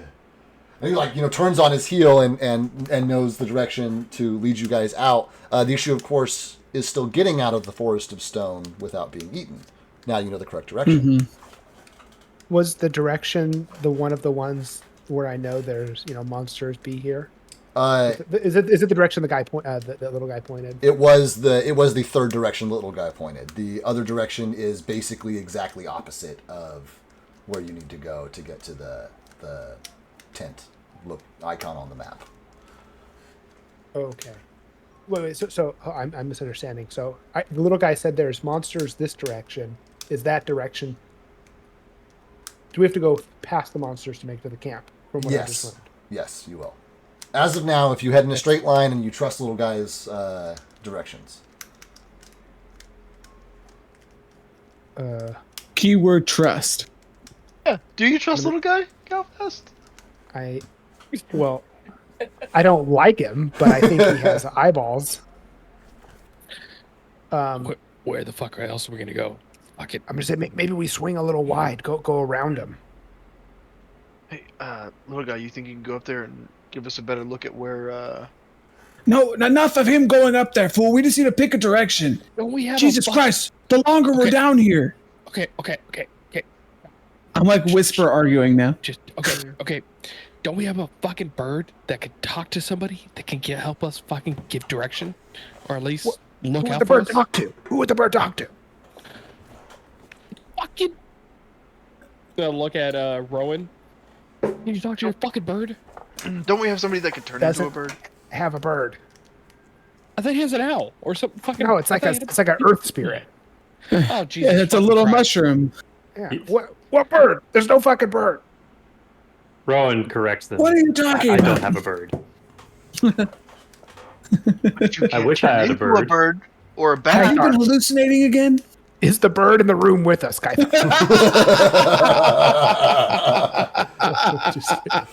know, the last time I had a fucking sip of alcohol, you know I'm fucking going. I'm just done right now. He has the shakes. Simone pulls out the hard bottle of liquor that he bought, and he does that same thing where he like pours it into the cap and then gives it to you. I feel like that should be a health potion. He should regen health points. Yeah. And I mean, like, you get more full if you get us to the camp safely, all of us. What was supposed to be a fucking bloodhound? Okay. It's supposed to be motivation. All right. So I take it. I sip. Fuck. Was that meme like? Oh, let's go. Your hand instantly. Your hand was before that gets like. Meme. You regain 2 hit points, Kythar. Hell yeah. 2. 2. Nice. Let me go add that. Sorry, I'm a day. I know, right? And okay, so Galfast is going to pitch that we go towards the camp. This is Kythar. And Sorry. that we take a wide route around. I'm going to attempt to take a wide route around where That's the funny. guy saw the monsters. Gotcha. So you're gonna head initially in the direction that little guy said there are no monsters, knowing it's the wrong way, and you're gonna try and sweep around towards where you know the tent is. Yeah. So if he, not that he did, but say he pointed east, I'm gonna go slightly southeast in an attempt to like, oh, there they are, and then maybe we can like, maybe there's something we can hide behind. Maybe we can stay in this stalactite forest to make it around them, or maybe it's a wide open clearing and they're gonna see us no matter what. I don't know yet, but I'm hoping that there's some cover we can take to do like a U shape around them. Cool. DM. That's a very good plan. Yes, Kaithar. May I use survival to help guide the party in the path that Galfast recommended? I mean, So that's the whole thing. Galfast gets his thing if you guys are following Galfast. Like that's like one. It's called out in his deal. It's one of the precursors of his deal. He has to be leading the way. What I will allow you to do is if you want to take up rear position. Do you have some kind of low light vision, Kaithar? I do have low light, yeah. Then you can make sure that no one goes astray and the group stays together from the rear. Absolutely. I'm a babysitter. You don't have to, man. I'm just basically Galfast has got you guys on direction. He's the only person who has any chance of orienting himself down here. I was just giving a survival mechanism to help lead the group, and now I'm put at the back of the group. As Kaithar is starting to complain, I pull the bottle out and shake it a little bit.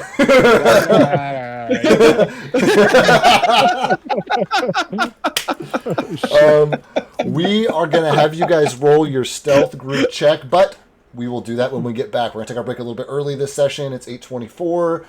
We'll say 8:35 is when we'll come back. 10-minute break. You guys will roll stealth check and see if we can make our way out of the stone forest. Sounds good. Cool. All right. Back in 10.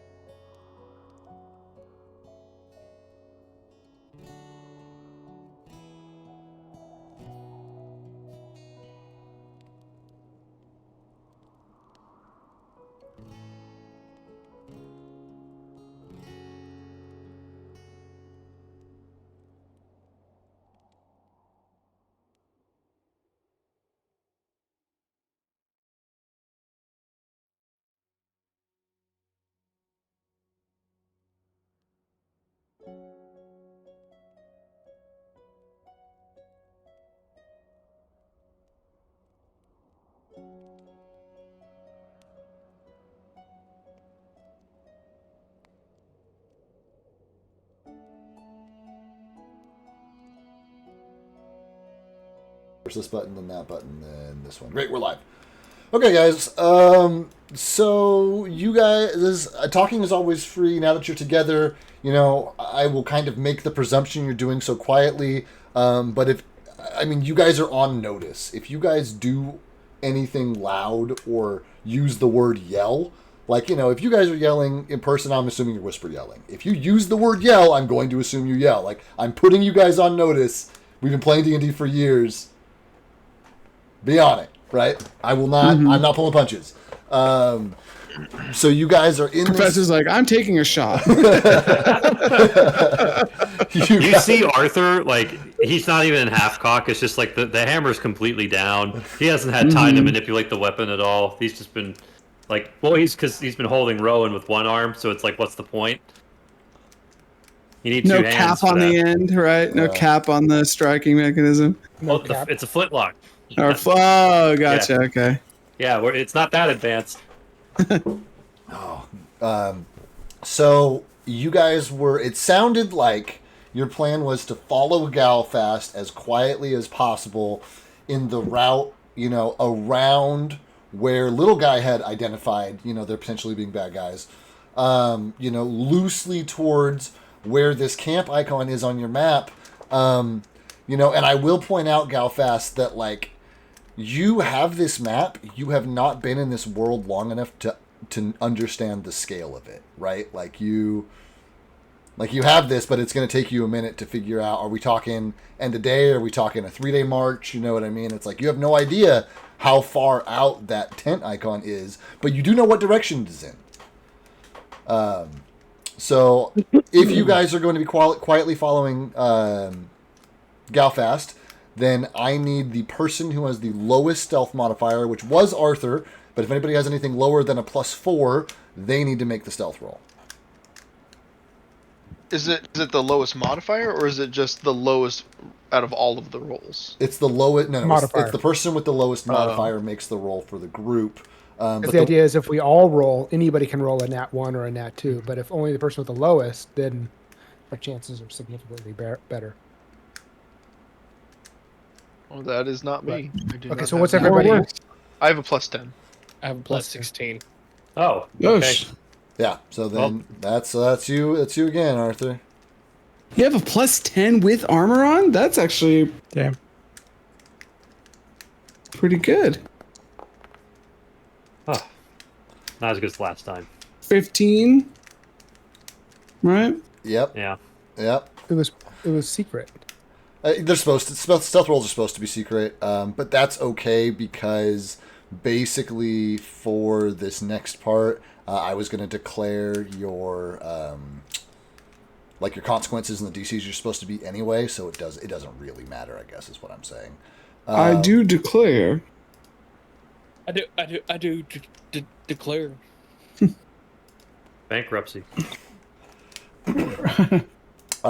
Then you guys begin quietly making your way through this stone forest of stalagmites, and periodically Galfast, stops you as he reorients himself, or there will be, I wouldn't say a clearing, but they do get narrower at the top, and there'll be enough of a gap between them that Galfast can look out and find, one of the aerial, the windows of the stalagmites come out of the ceiling of this cavern. So, that's something he can orient himself around, from the ground kind of thing, as soon as a line of sight opens up on it. So he's reorienting this on you. You guys can tell you are definitively walking away from where the fort is and where the elevator dropped down. You guys can hear those sounds first growing significantly as more and more players join the party, as obviously larger and larger creatures begin engaging around here, and larger and larger hordes of creatures begin gathering around here. You guys still feel the occasional tremble underfoot, but you're not familiar enough with the space to know if it's something traveling right underneath you, miles below the surface, a quarter mile away, It's like, it's just every time it's unnerving that it happens, and it happens quite frequently. Periodically there'll be like a chip of stone that falls from all the vibrations, and like even in the quiet moments, the sound is still full with the third, fourth, fifth, and sixth echoes of the louder sounds that came before, giving this place kind of like, combined with the dark, kind of like an ominous kind of timelessness as you're meandering, past identical stalagmite after identical stalagmite, and the rest of you are putting your full faith in Galfast because they all look the fucking same. You guys are in who knows what the fuck you guys are. And so as you guys are traveling through here, if you guys want to talk at all before potentially you get to that clearing that Galfast is looking for, I want to give you guys kind of like the opportunity to do that, especially now that we're back from break. I'm gonna whisper to him, like, where the fuck we're going? Of course fucking not. Great. Where's my ring, puto? Give me back my ring. I'm talking to Galfast. What you ring? think I forget about that shit? You see it clearly on my finger. I need that ring, fool. My only ring. What's that scene when Bilbo gives the ring back? Of course. I think Of course. and then speaking I of hold which, my I'm hand gonna. out. Okay, yeah, I'll give you back your ring. All right. It plops in your hand. It's clearly a different ring. This one's made out of like copper. I'm just kidding. Like a sleight of hand. I am going to look at Rowan, who still has the rope in his side, and say, "Yeah, can I? Pardon me, Rowan. May I have my rope back?" You hear Rowan like quietly. Yeah, just be gentle.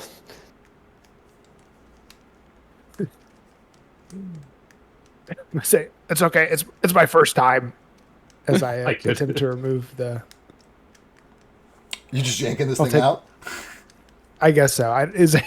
Would I be? Am I doing more damage to him? Is that You're not going to do more damage to him. I'm just curious how Galfast is going to get this thing back. Arthur is bracing Rowan, knowing full well this is going to be painful, and he puts his hand over his mouth. Yeah, I'll say on the count of 3. 3, 2, and then I'll pull it at 2.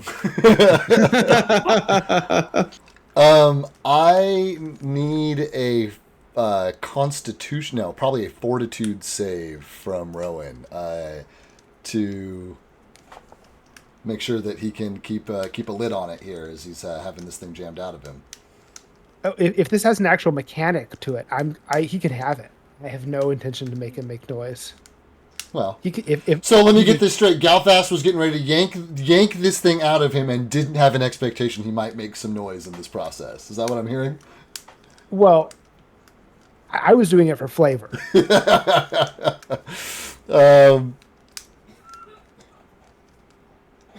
Okay, then Galfast, it becomes clear to you as you wrap your hands around this thing that there's a chance that Rowan will cry out as you remove it.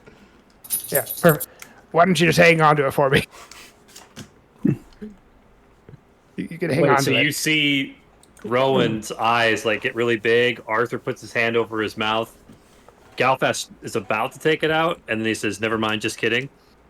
100%. Another. Is the rope still like falling behind Rowan? Is it like the 60-footer? I'll do the thing where you wrap it over your arm, like the dads do with the cord for a little reef blower, and I'll pop it in his backpack. You grab this like bloodied rope that like leaves a streak of blood on your arm as you're weathering it back and forth, as it like spaghetti snakes up from behind you up onto your up into this coil, and you stick it in Rowan's pack. Yeah, I've rolled enough nat ones today. I'm not going to be responsible for any others. Well, Rowan, noticing that he's still like hobbling because of this, impaled that object in his thigh. DM, can he take a medicine roll to see if he can like do some level of druid healing to at least like get himself so he doesn't like fall behind or like limping? Thank you for asking that question. Yeah, I mean, you could absolutely do a heal check. I think that Rowan might consider he's been pretty selfless up to this point. He has access to heal spells.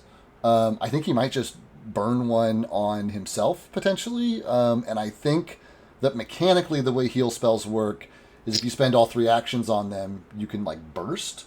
So I might guess that in this case, Rowan might, not opt for the, the medicine check heal. He might just go for the magic that is heal, Yeah, he's not looking too great, so he's just gonna go and cast. Well, let's see. He's gonna cast a 3rd rank healing spell. Because if you cast a 3rd rank healing spell and he uses all 3 of his actions, which there's no reason not to, because it's that's got a slash through it. But he's got a 4th rank and he's got a 2nd rank healing spell left. Well, wait a minute. It was open when I clicked it. It was blue. You just clicked it. I'm sorry. I must have looked. Yeah. I must have seen it after you clicked it. There you go. Yeah. So just hit that 3. That like 3 bubble heal at the bottom there. And he can heal all of us with that. That's what he's doing. Yeah. Ooh. Yeah. So just hit the roll damage healing button. We don't need to worry about the emanation. You guys are all within 30 feet of each other. Okay. This is gonna be public. What's that concentrate? In parentheses. It's a spell with the concentrate effect, which, as far as I can tell, doesn't actually do anything unless it's specifically called out in a spell. Something to do with the concentrate. So we we just click heal to apply the healing to us. So yeah, you guys just, I think you have to target yourself, but because there's no items here, I'm actually curious what would happen if you guys... Select at least 1 token, it says. Okay, so then what I'm going to do is I'm just going to line you guys up at the bottom down here. Does it do that with your... Yeah, it does that with your... We could also just manually add it, but... I guess you could manually add it too. Probably for mechanics' sake, it would be a good idea to just like have you guys on the board. Even if we're not like actually using them. Okay, great. Cool. That's at least your guys. Reed, you look so different. I know. I don't know what happened to me. That was, what the heck? Oh, you went from just a blank default skin to a... Oh my god, finally. I didn't know I got a hammer. Default forever. Default forever. As you guys are, creeping along here, Galfast, you hear, despite the fact that you guys have taken this wide arc, you hear like definite sounds of movement nearby. There, you guys are still walking around them. Your trajectory should still bring you around them. But if you're near enough to hear them, in theory, they are also near enough to hear you. And could I safely swing wider? Yeah, absolutely. You can redirect the party out wider for sure. Yeah, I would definitely do that. I'm going to be doing whatever passive perception check I need to do, and also I'd probably have Banjo be doing 30-foot scent checks. 30-foot scent checks. Yeah. That's a good call. Honestly, 30 feet as a range is not super useful here, where the pillars are more than 30 feet around. But it is a good reminder to have that he's just got that all the time. Any known scent that you're having him go for, or just new stuff? I would have him smelling for something new and alive. Cool. Love that. Does little guy affect that? I was going to say, hey, little guy, why don't you go give Galfast a hand here? He's part of our team too. What do you want me to do? Whatever he tells you to do. Okay, just don't make me keep the one that says fool away from me. He's mean, and the one with the muscles. He's mean too. I'm the one with the muscles. The other one with the muscles, the big hammer. Does this little guy come up to me? Yeah, he absolutely will come up to you. As the little guy passes Simone, and I'd be like, if Will was here, I'd have him eat your ass, fool. He doubles his pace and like scurries around you. Just bullying him. Yeah, when he gets up, I'm saying, what are you doing? I'm What are here you to doing help. here? I'm here to help you. I'm saying, you know what would really help? Yeah, what? Yeah, if you went back with Reed. Okay. He goes back, but he makes it a point to like scamper up and over the stalagmite away from you, Simone, to get back to Reed. He doesn't want my help. Oh, I'm sorry. Go ahead. I said like a fake, Goes back to Reed. He doesn't want my help. You know, it's okay. At least you tried. I tried. I just imagine Anthony do the thing where you like pretend to hit somebody. You know, you do like the punch. I do like a fake like jaw closing with my hands and with that.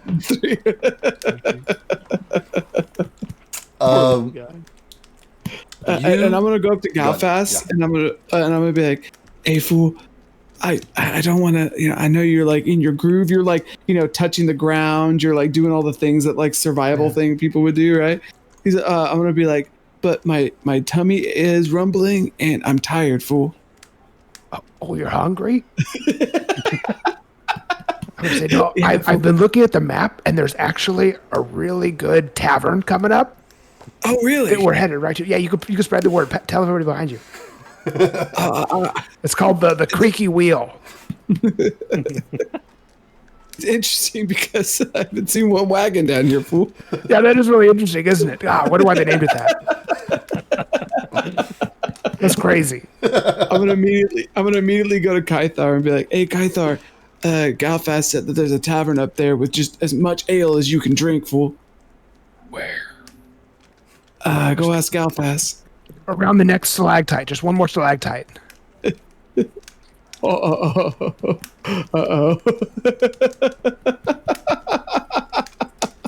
What does Kythar do? Especially when you come around the next stalactite and there's no fucking tavern. The creaky wheel's not there? Can we do a perception check to look for the creaky wheel? I'm just gonna leer at Galfast for lying. I'm not turning around. I don't even see it. I'm just like death stare. I do want a perception check from you anyway, Kythar, as you half look for this tavern. I believe those are blind. Yeah, shit. That's okay. No tavern. But, you know, as Galfast doesn't turn around to look at you, you hear like a scratching and scraping sound. It's coming from above you, but also behind you. I'm going to look up. Nothing on your stalagmite or the stalactite next to you. Stalagmite next to you. Still leering at Galfast, who has not turned to look. I'm just gonna whisper, "Let's fucking go."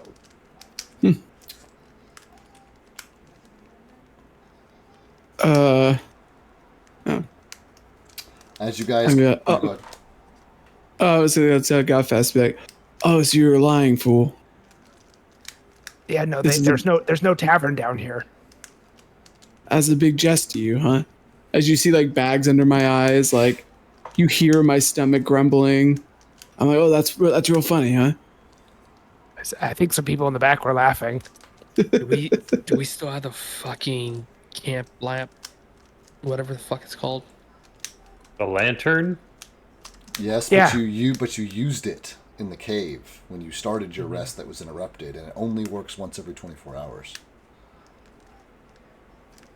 And time is different down here.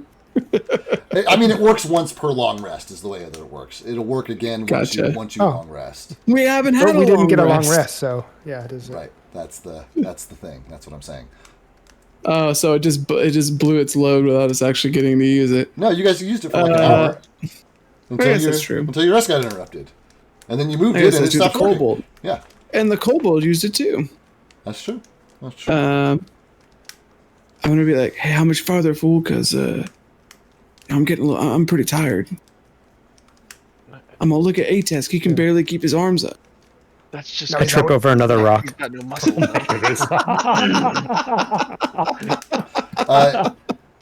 You guys laugh, but that noise that Kythar heard,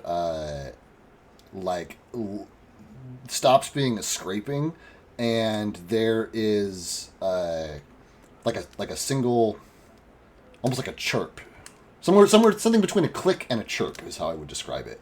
And this is our first time hearing it, right? This is your guys' first time hearing it, and it's faint, and it's coming from the direction that you just came from. I'm gonna stop moving. I'm just gonna pause and be.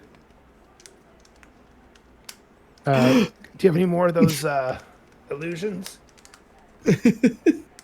I'm just gonna not move and not respond. It can only see motion. Yeah, I'm gonna be like, what do we do, fool?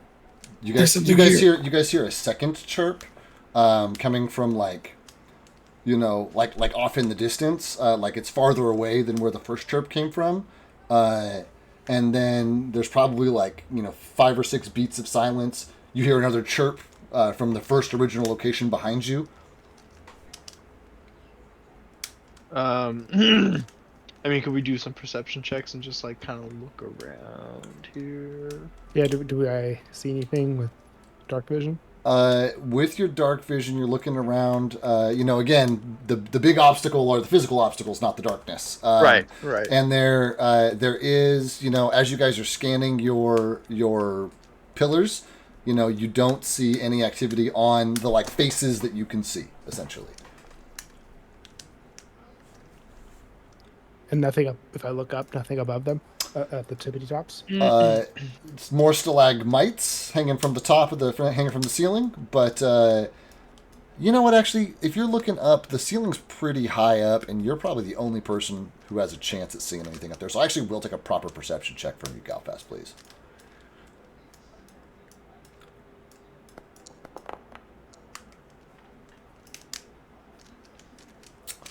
The way that the sounds are bouncing here, you don't see anything up there, but you can tell that the sound that's coming from behind you is coming from ground level, and the other chirp is coming from higher up.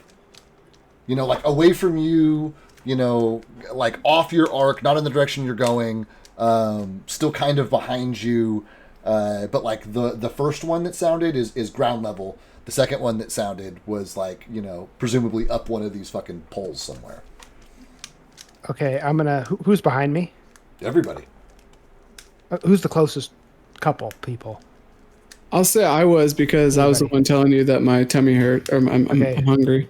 Whoever's behind me, I'm gonna turn around and whisper. Okay, I think there's something following us. I think it's tracking us on sound. I could shoot my bow 60 feet away, and maybe that would attract them. Wouldn't the noise of the bow shooting it, wouldn't that create a noise? It would sound like a whisper. It's a longbow, not a crossbow, not a flat bow. Arthur would chime in and quietly say, even a recurve bow will make a spring sound. This is elvish braided twine. Why can't you just throw a rock, fool? Let's do that. Oh my god. I'm gonna look at the rest of the party. I'm gonna look at the party and just be like, this is the guy we're following right now. How fast? I think you should shoot the bow. There's another click chirp at a distance up higher. Another click chirp at the ground level behind you.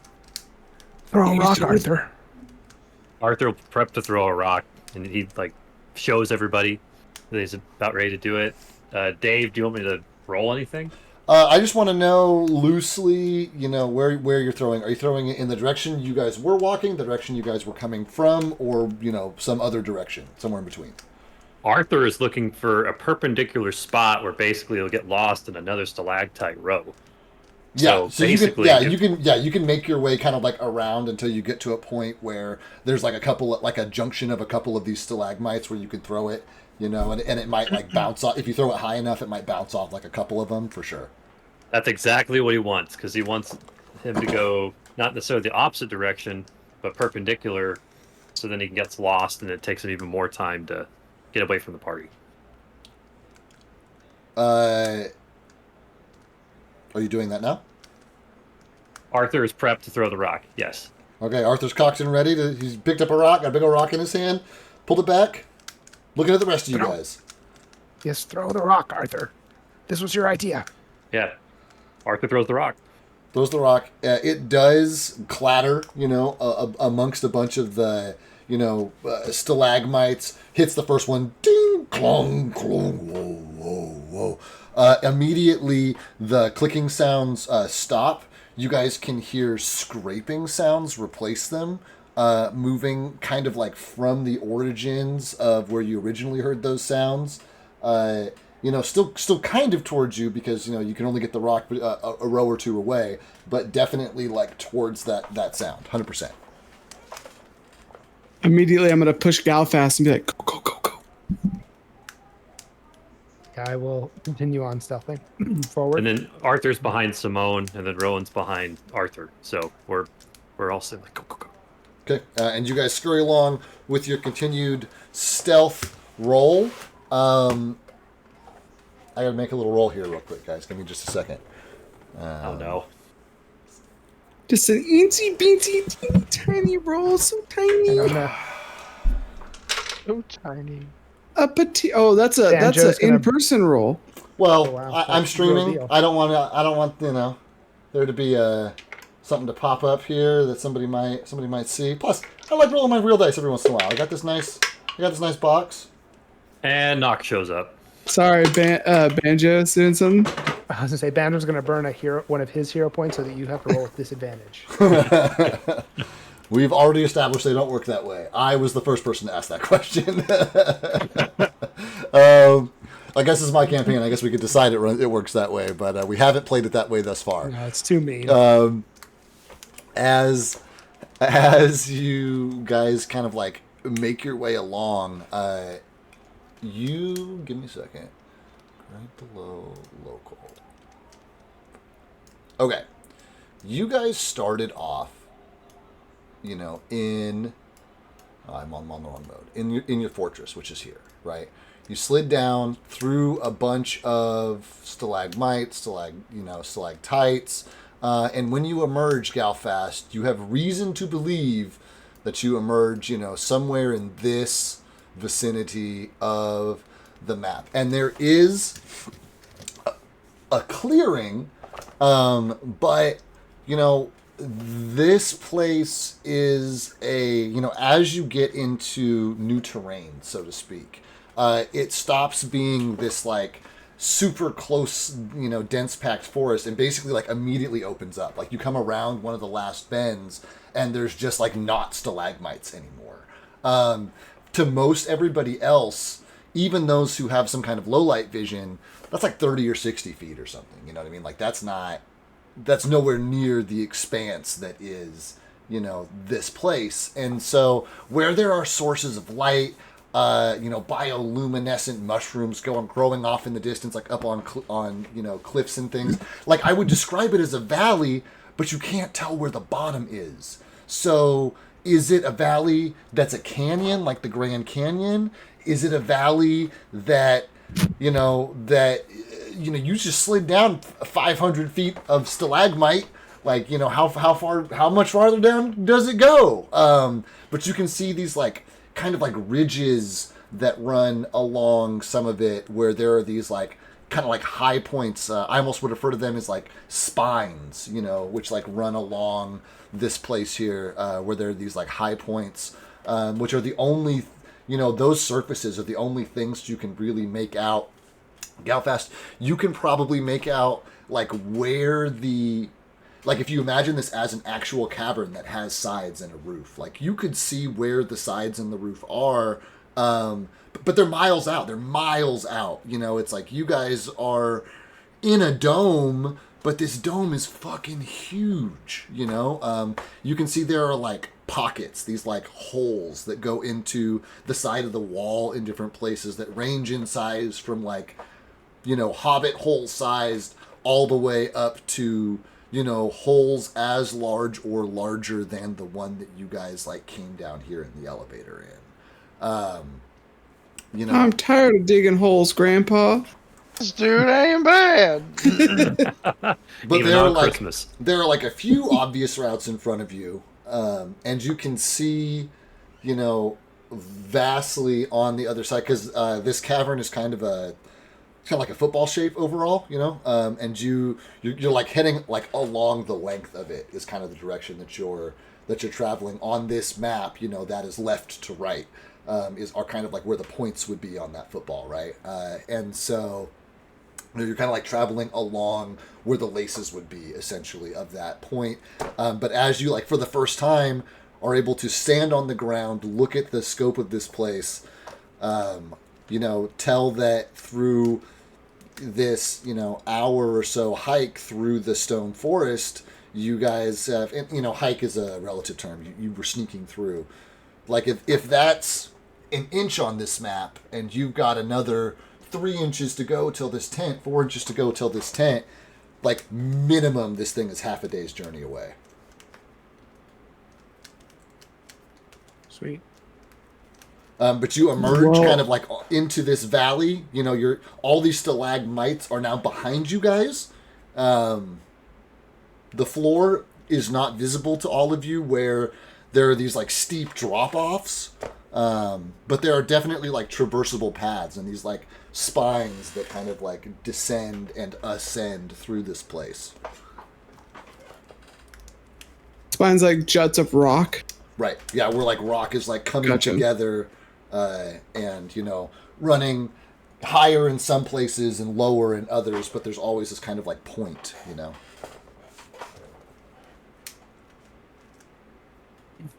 Okay, and you said we're about... Okay, so just so I understand, so this end to there looks like you said about 3 miles. Yeah, something like that. But difficult terrain. And there's a path through the center that looks traversable, but the edges don't.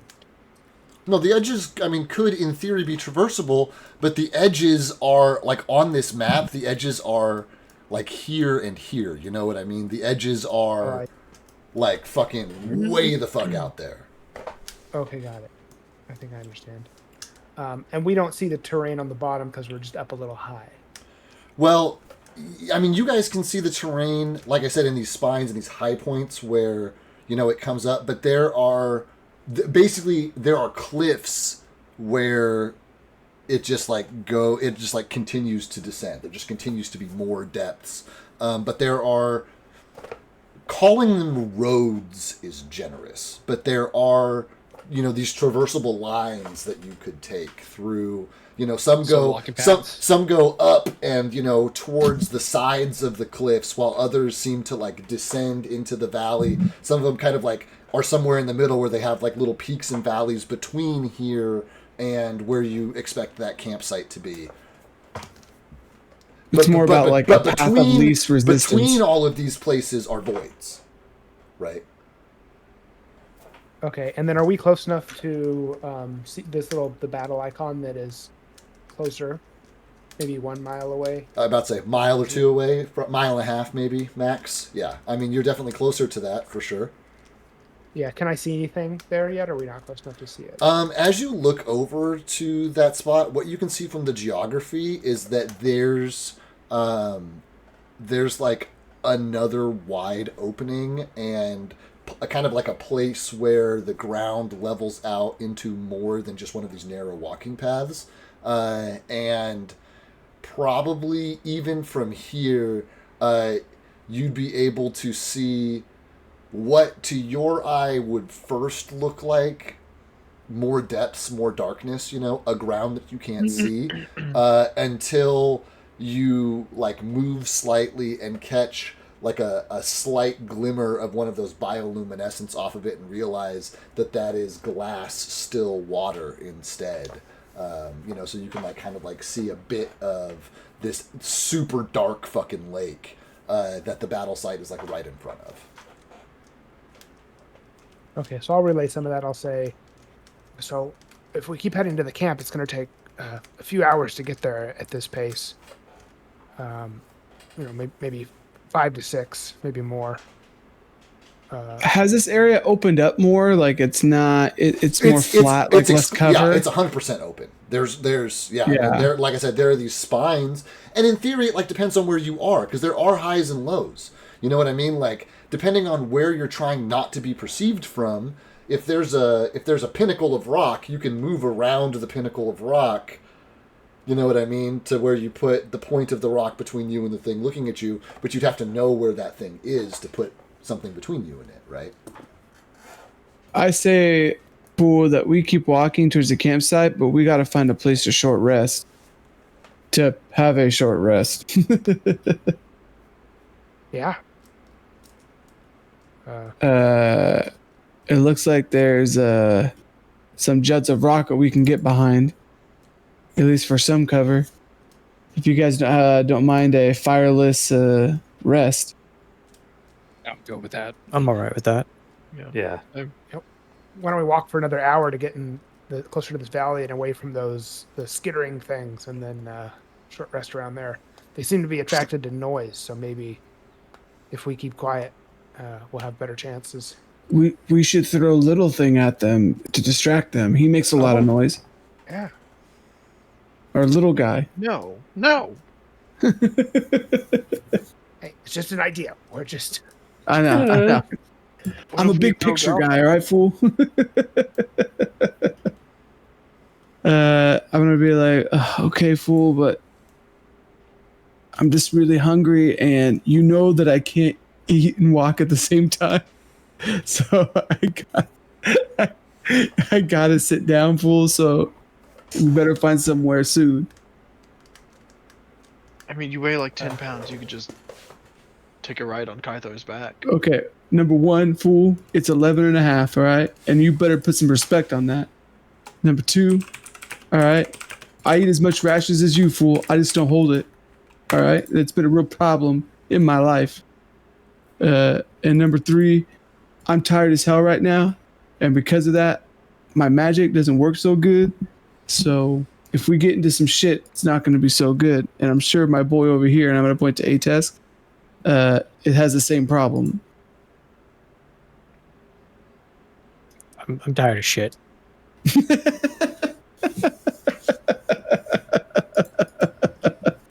So I'm like, if you want us to be effective in combat, we can't really swing a sword, right? But we cast spells, and we can't do that without at least going to sleep. You get what I'm saying here, fool? I get what you're saying. Why are you just staring at me then? You can tell I'm grumpy. Like I'm sleep deprived, grumpy. I'm getting hangry and I'm grumpy because I'm tired. I'm going to lean over to Reed and say, yeah, I know. When he starts monologuing, Reed, I never know when to talk. I stopped listening. At some point. I can hear you guys, fool. I'm right here. I mean, I totally pay attention to everything he says. Quiet. All right. Galfast, where do we go?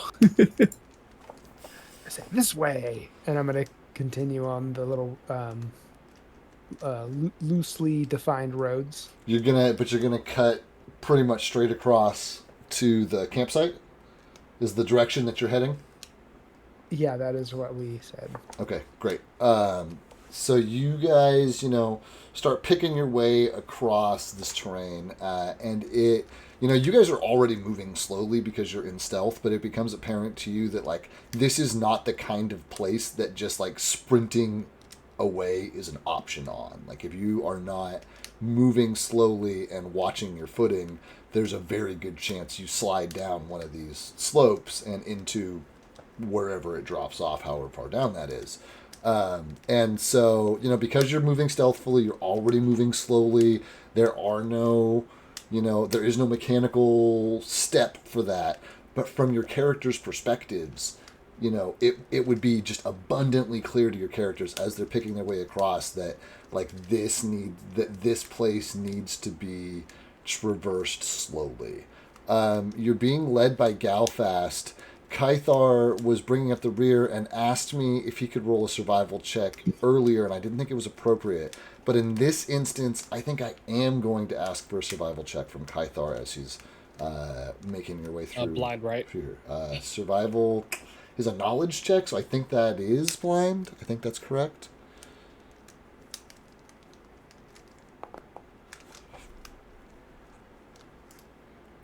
As you guys are picking your way through, Galfast, is able to be the compass, because periodically there's a fork and there's another spine nearby, or there's like a rocky outcropping or a stone shelf where you could like hop down from one level to another kind of thing. And he seems to be like picking you guys around, like where to drop down those levels, where to scamper up and climb a little bit to like come over the next ridge. While he's doing all of this, Kythar, who was always bringing up the rear and keeping a mindful eye, there's not a lot of opportunity to do that in the Stone Forest because of the terrain. But here, there's like a lot of ground and a lot of like place, like there's a lot more opportunity right here.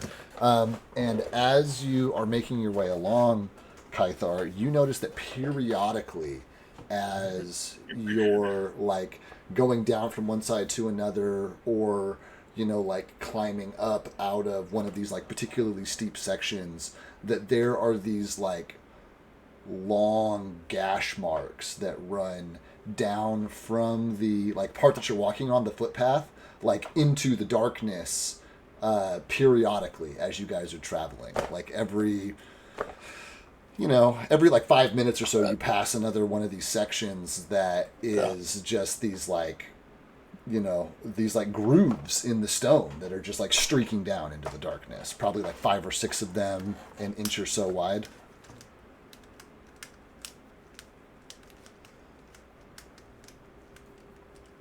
Oh no, I didn't say that information. From your perspective, obviously done by a creature of some kind. And they're not everywhere. They're like, 500 feet. You go 1,000 feet before you see one, and a lot of them are old. This is along the path we're walking on. Yeah, and they're not like all on your path, because you can see other spines and ridges and things. But they're pretty faint, and they're like, unless you're looking for something, they're not the kind of thing that you'd make out. But because Kythar wanted to make a survival roll earlier, I didn't think it was appropriate then, but I do think it is now. And there's your roll. There's your answer.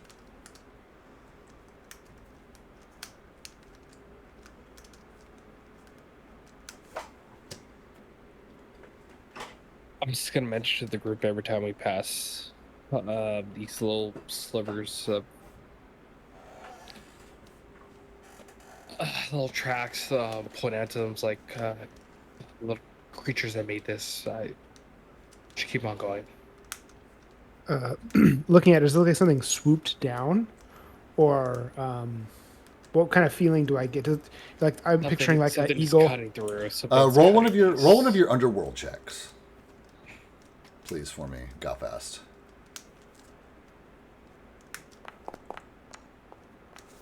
Man, that was almost a natural 20. 25. Still, whatever made these came up from below, did not swoop down from above.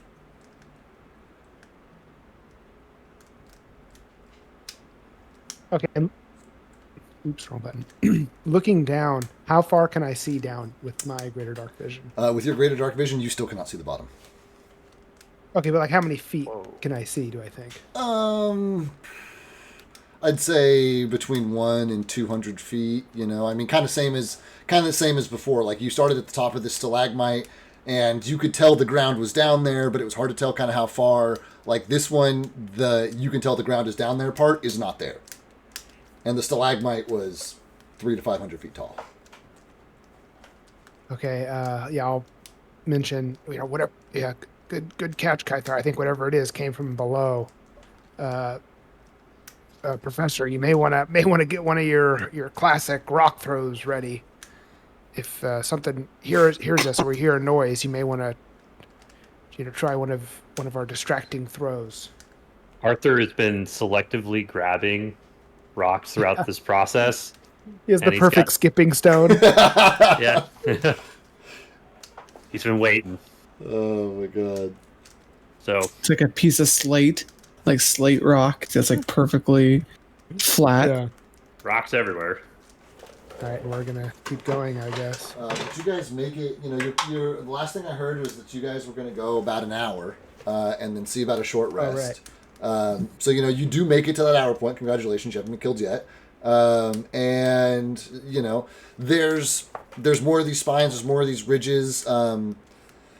Basically the way that this thing is set up, it's kind of like, there's this valley, and then, I've been putting my hands like this, so you can camp on one side and get, cover from the other, but then everything on this side is going to be able to see you. So you can pretty much always get 50% coverage, no matter where you're at. And in some places they do bend, and you can kind of get that up to 60, 65%, 70%, but the caves are out on the edges of the, where the cliffs are outside of the valley that you're traveling on the ridges in between, right? And so good. Okay. So we're traveling on essentially flat ground, because I was picturing big, when you're up in the Sierras, there's those big granite boulders you're kind of climbing on and walking to the next boulder.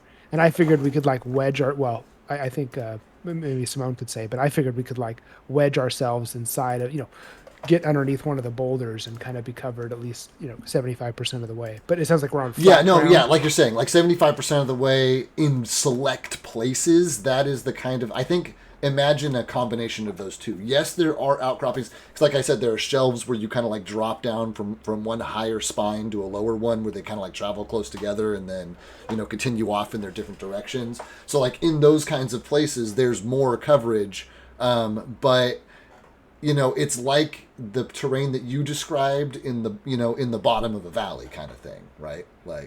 Where if you were up on, you can see at a, if you hold your arm out straight and you lift it 30 degrees, it's there's a cave 5 miles up on the wall, way on the other side that way, that, if they had binoculars, they could see us kind of thing. But you know what I mean? It's like anything nearby, yeah, you can shield yourself from the nearby spines. But, it's in theory, anybody who was at the top of one of those stalagmites behind you has a super clear view of this whole fucking space, right? Yeah. Okay, I think I follow. Could I do a survival check, or maybe if somebody could assist me? Maybe we're looking. Yeah, perfect. Maybe we're looking for somewhere to get a short rest. Love that. I'll give one of you guys guidance. I'll give Galfast guidance. Great. Galfast has guidance. You guys both roll a survival check.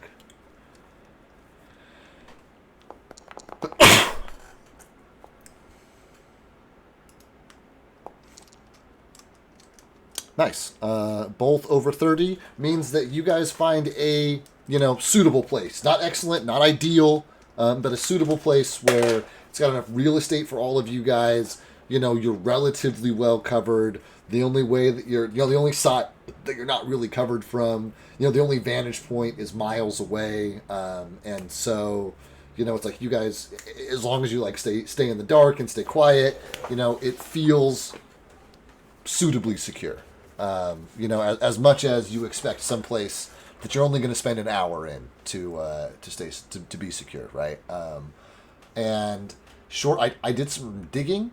I believe short rest is a mechanic they pulled from Pathfinder, but we're playing a homebrew. Gotcha. But we're playing a homebrew game setting, so we can absolutely do that. You guys also have your I think the mechanic that replaced that is the healing kit checks, where you just heal people using your tools and stuff. You know what I mean?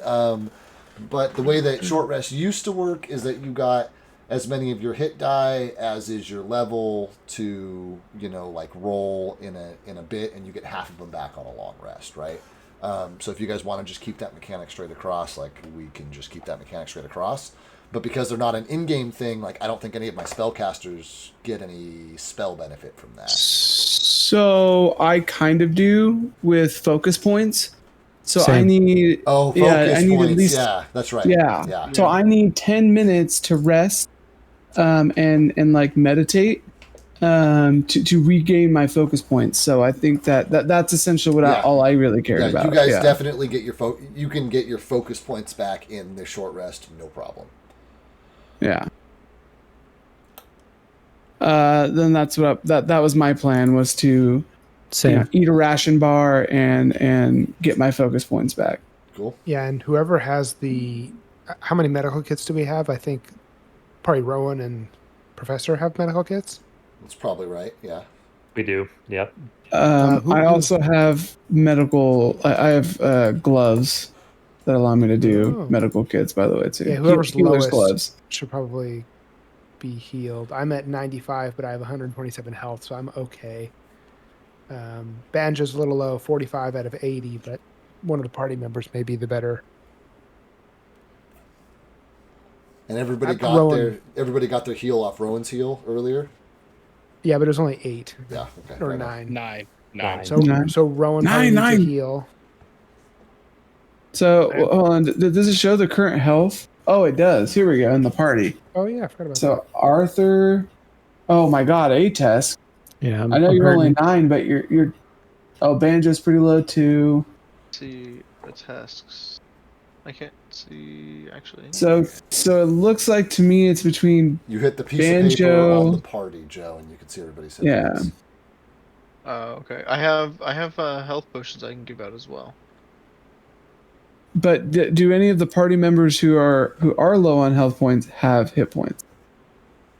Or sorry, health potions. Sorry. I don't. I use mine.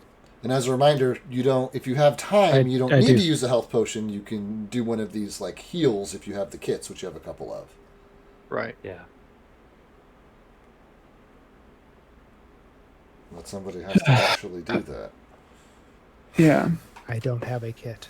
I don't have a kit either. I don't have a kit. I will take a health potion though. Come on. I think. Wait, is it? Who has the kit? It's Arthur's got a healer's Rowan toolkit. and Yeah.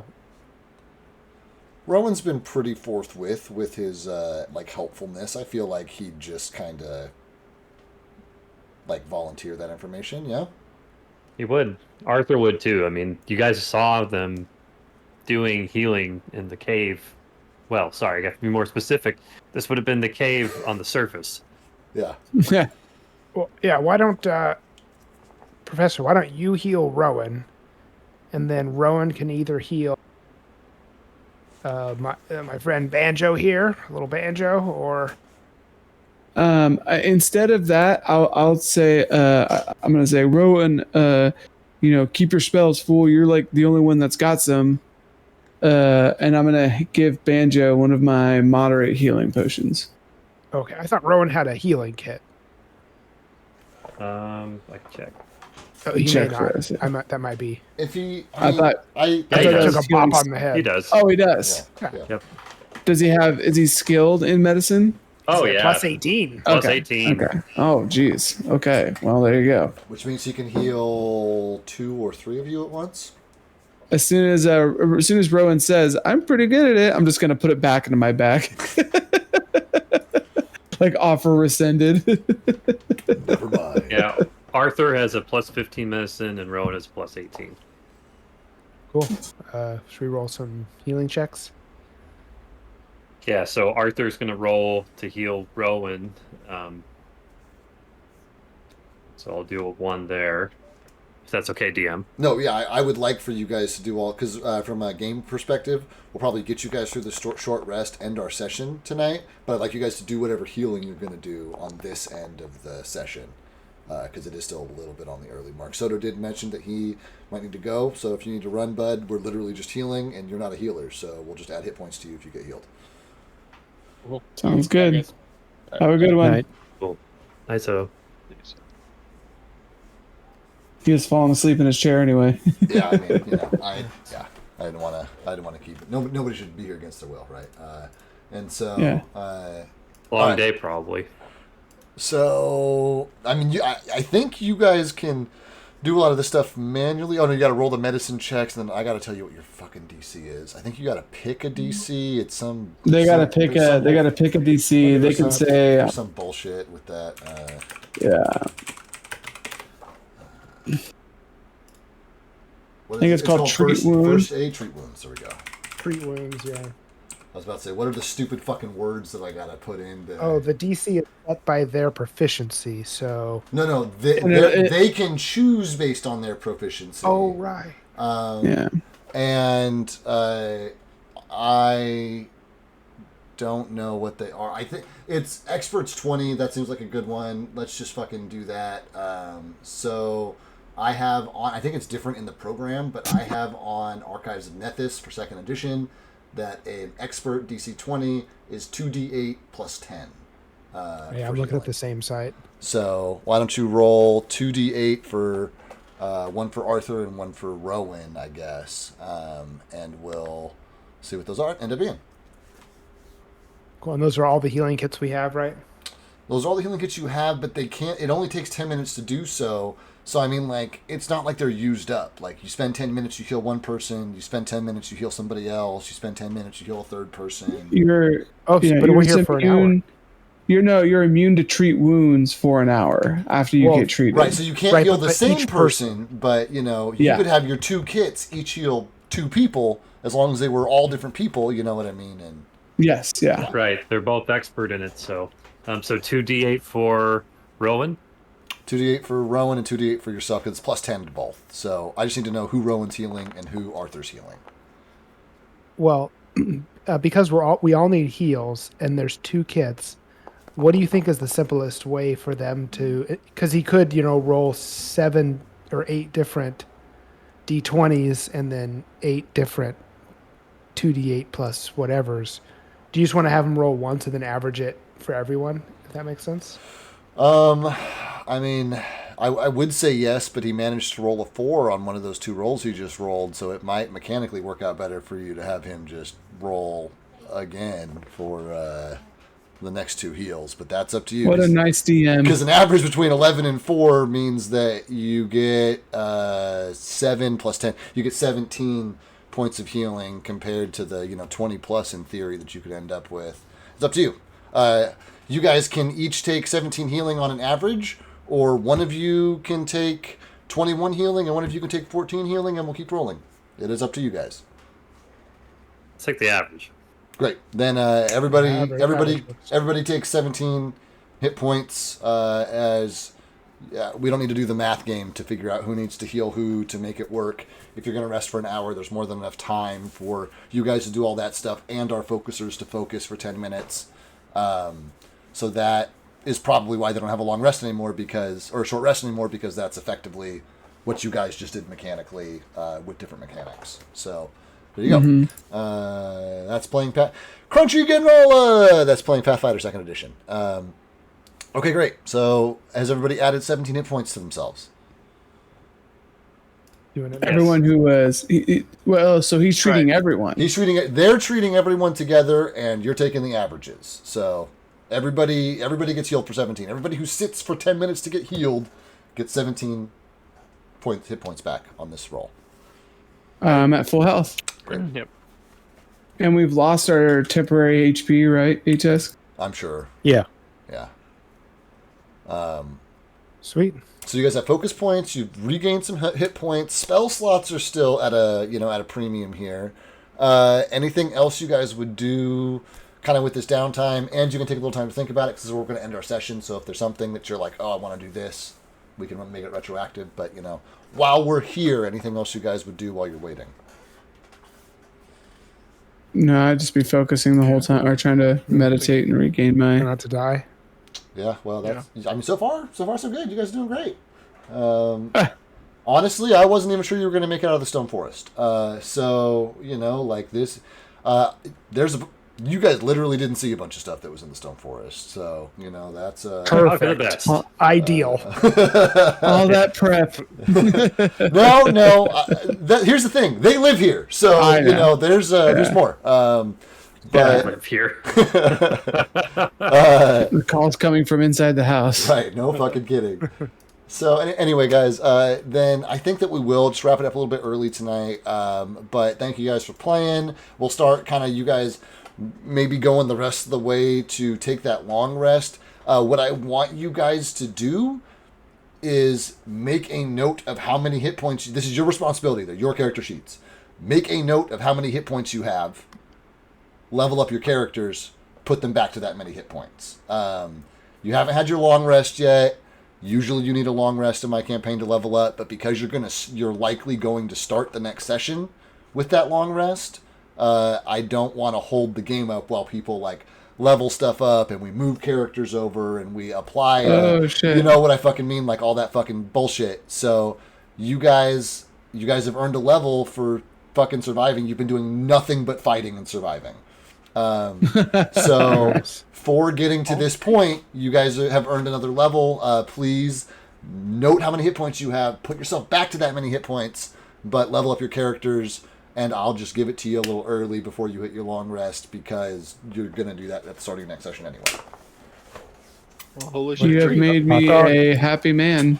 Okay, great. Thank you, DM. Don't think you guys earned it. I am not pulling punches, but that means that everything is very dangerous and surviving it should be rewarded, right? I mean, so here you are. If I give you guys a couple of levels, maybe there won't be a TPK down here. I don't know. We'll see. So, and with that, a couple levels, huh? Yeah, well, you're gonna have to earn the next one, But if it's anything like your last couple sessions have been, I think that you'll fucking end up there for sure. So this is the part in like Pokemon where you grind through a few bad guys before you face the gym leader. And if we just farm, is there like little creatures we could just farm on? Shorts are breezy and easy to wear. Yeah, I mean, there were that's one of the things that's one of the charms of old school D&D. Old school D&D, you only gain experience by killing stuff. And you do get small amounts of experience for killing little guys.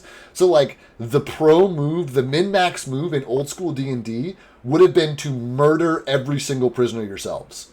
To earn all that experience for killing all those, that would have been farming, right? Would have been killing all the kobolds, all the goblins, all the drow, while they're in the cages and can't defend themselves, earning the XP points for all of those guys, and then, trying to get to that point. But that was also a super rigid system where it was like, it was a video game. You need 1,372 hit point or experience points to go from level 6 to level 7. Yeah. You know what I mean?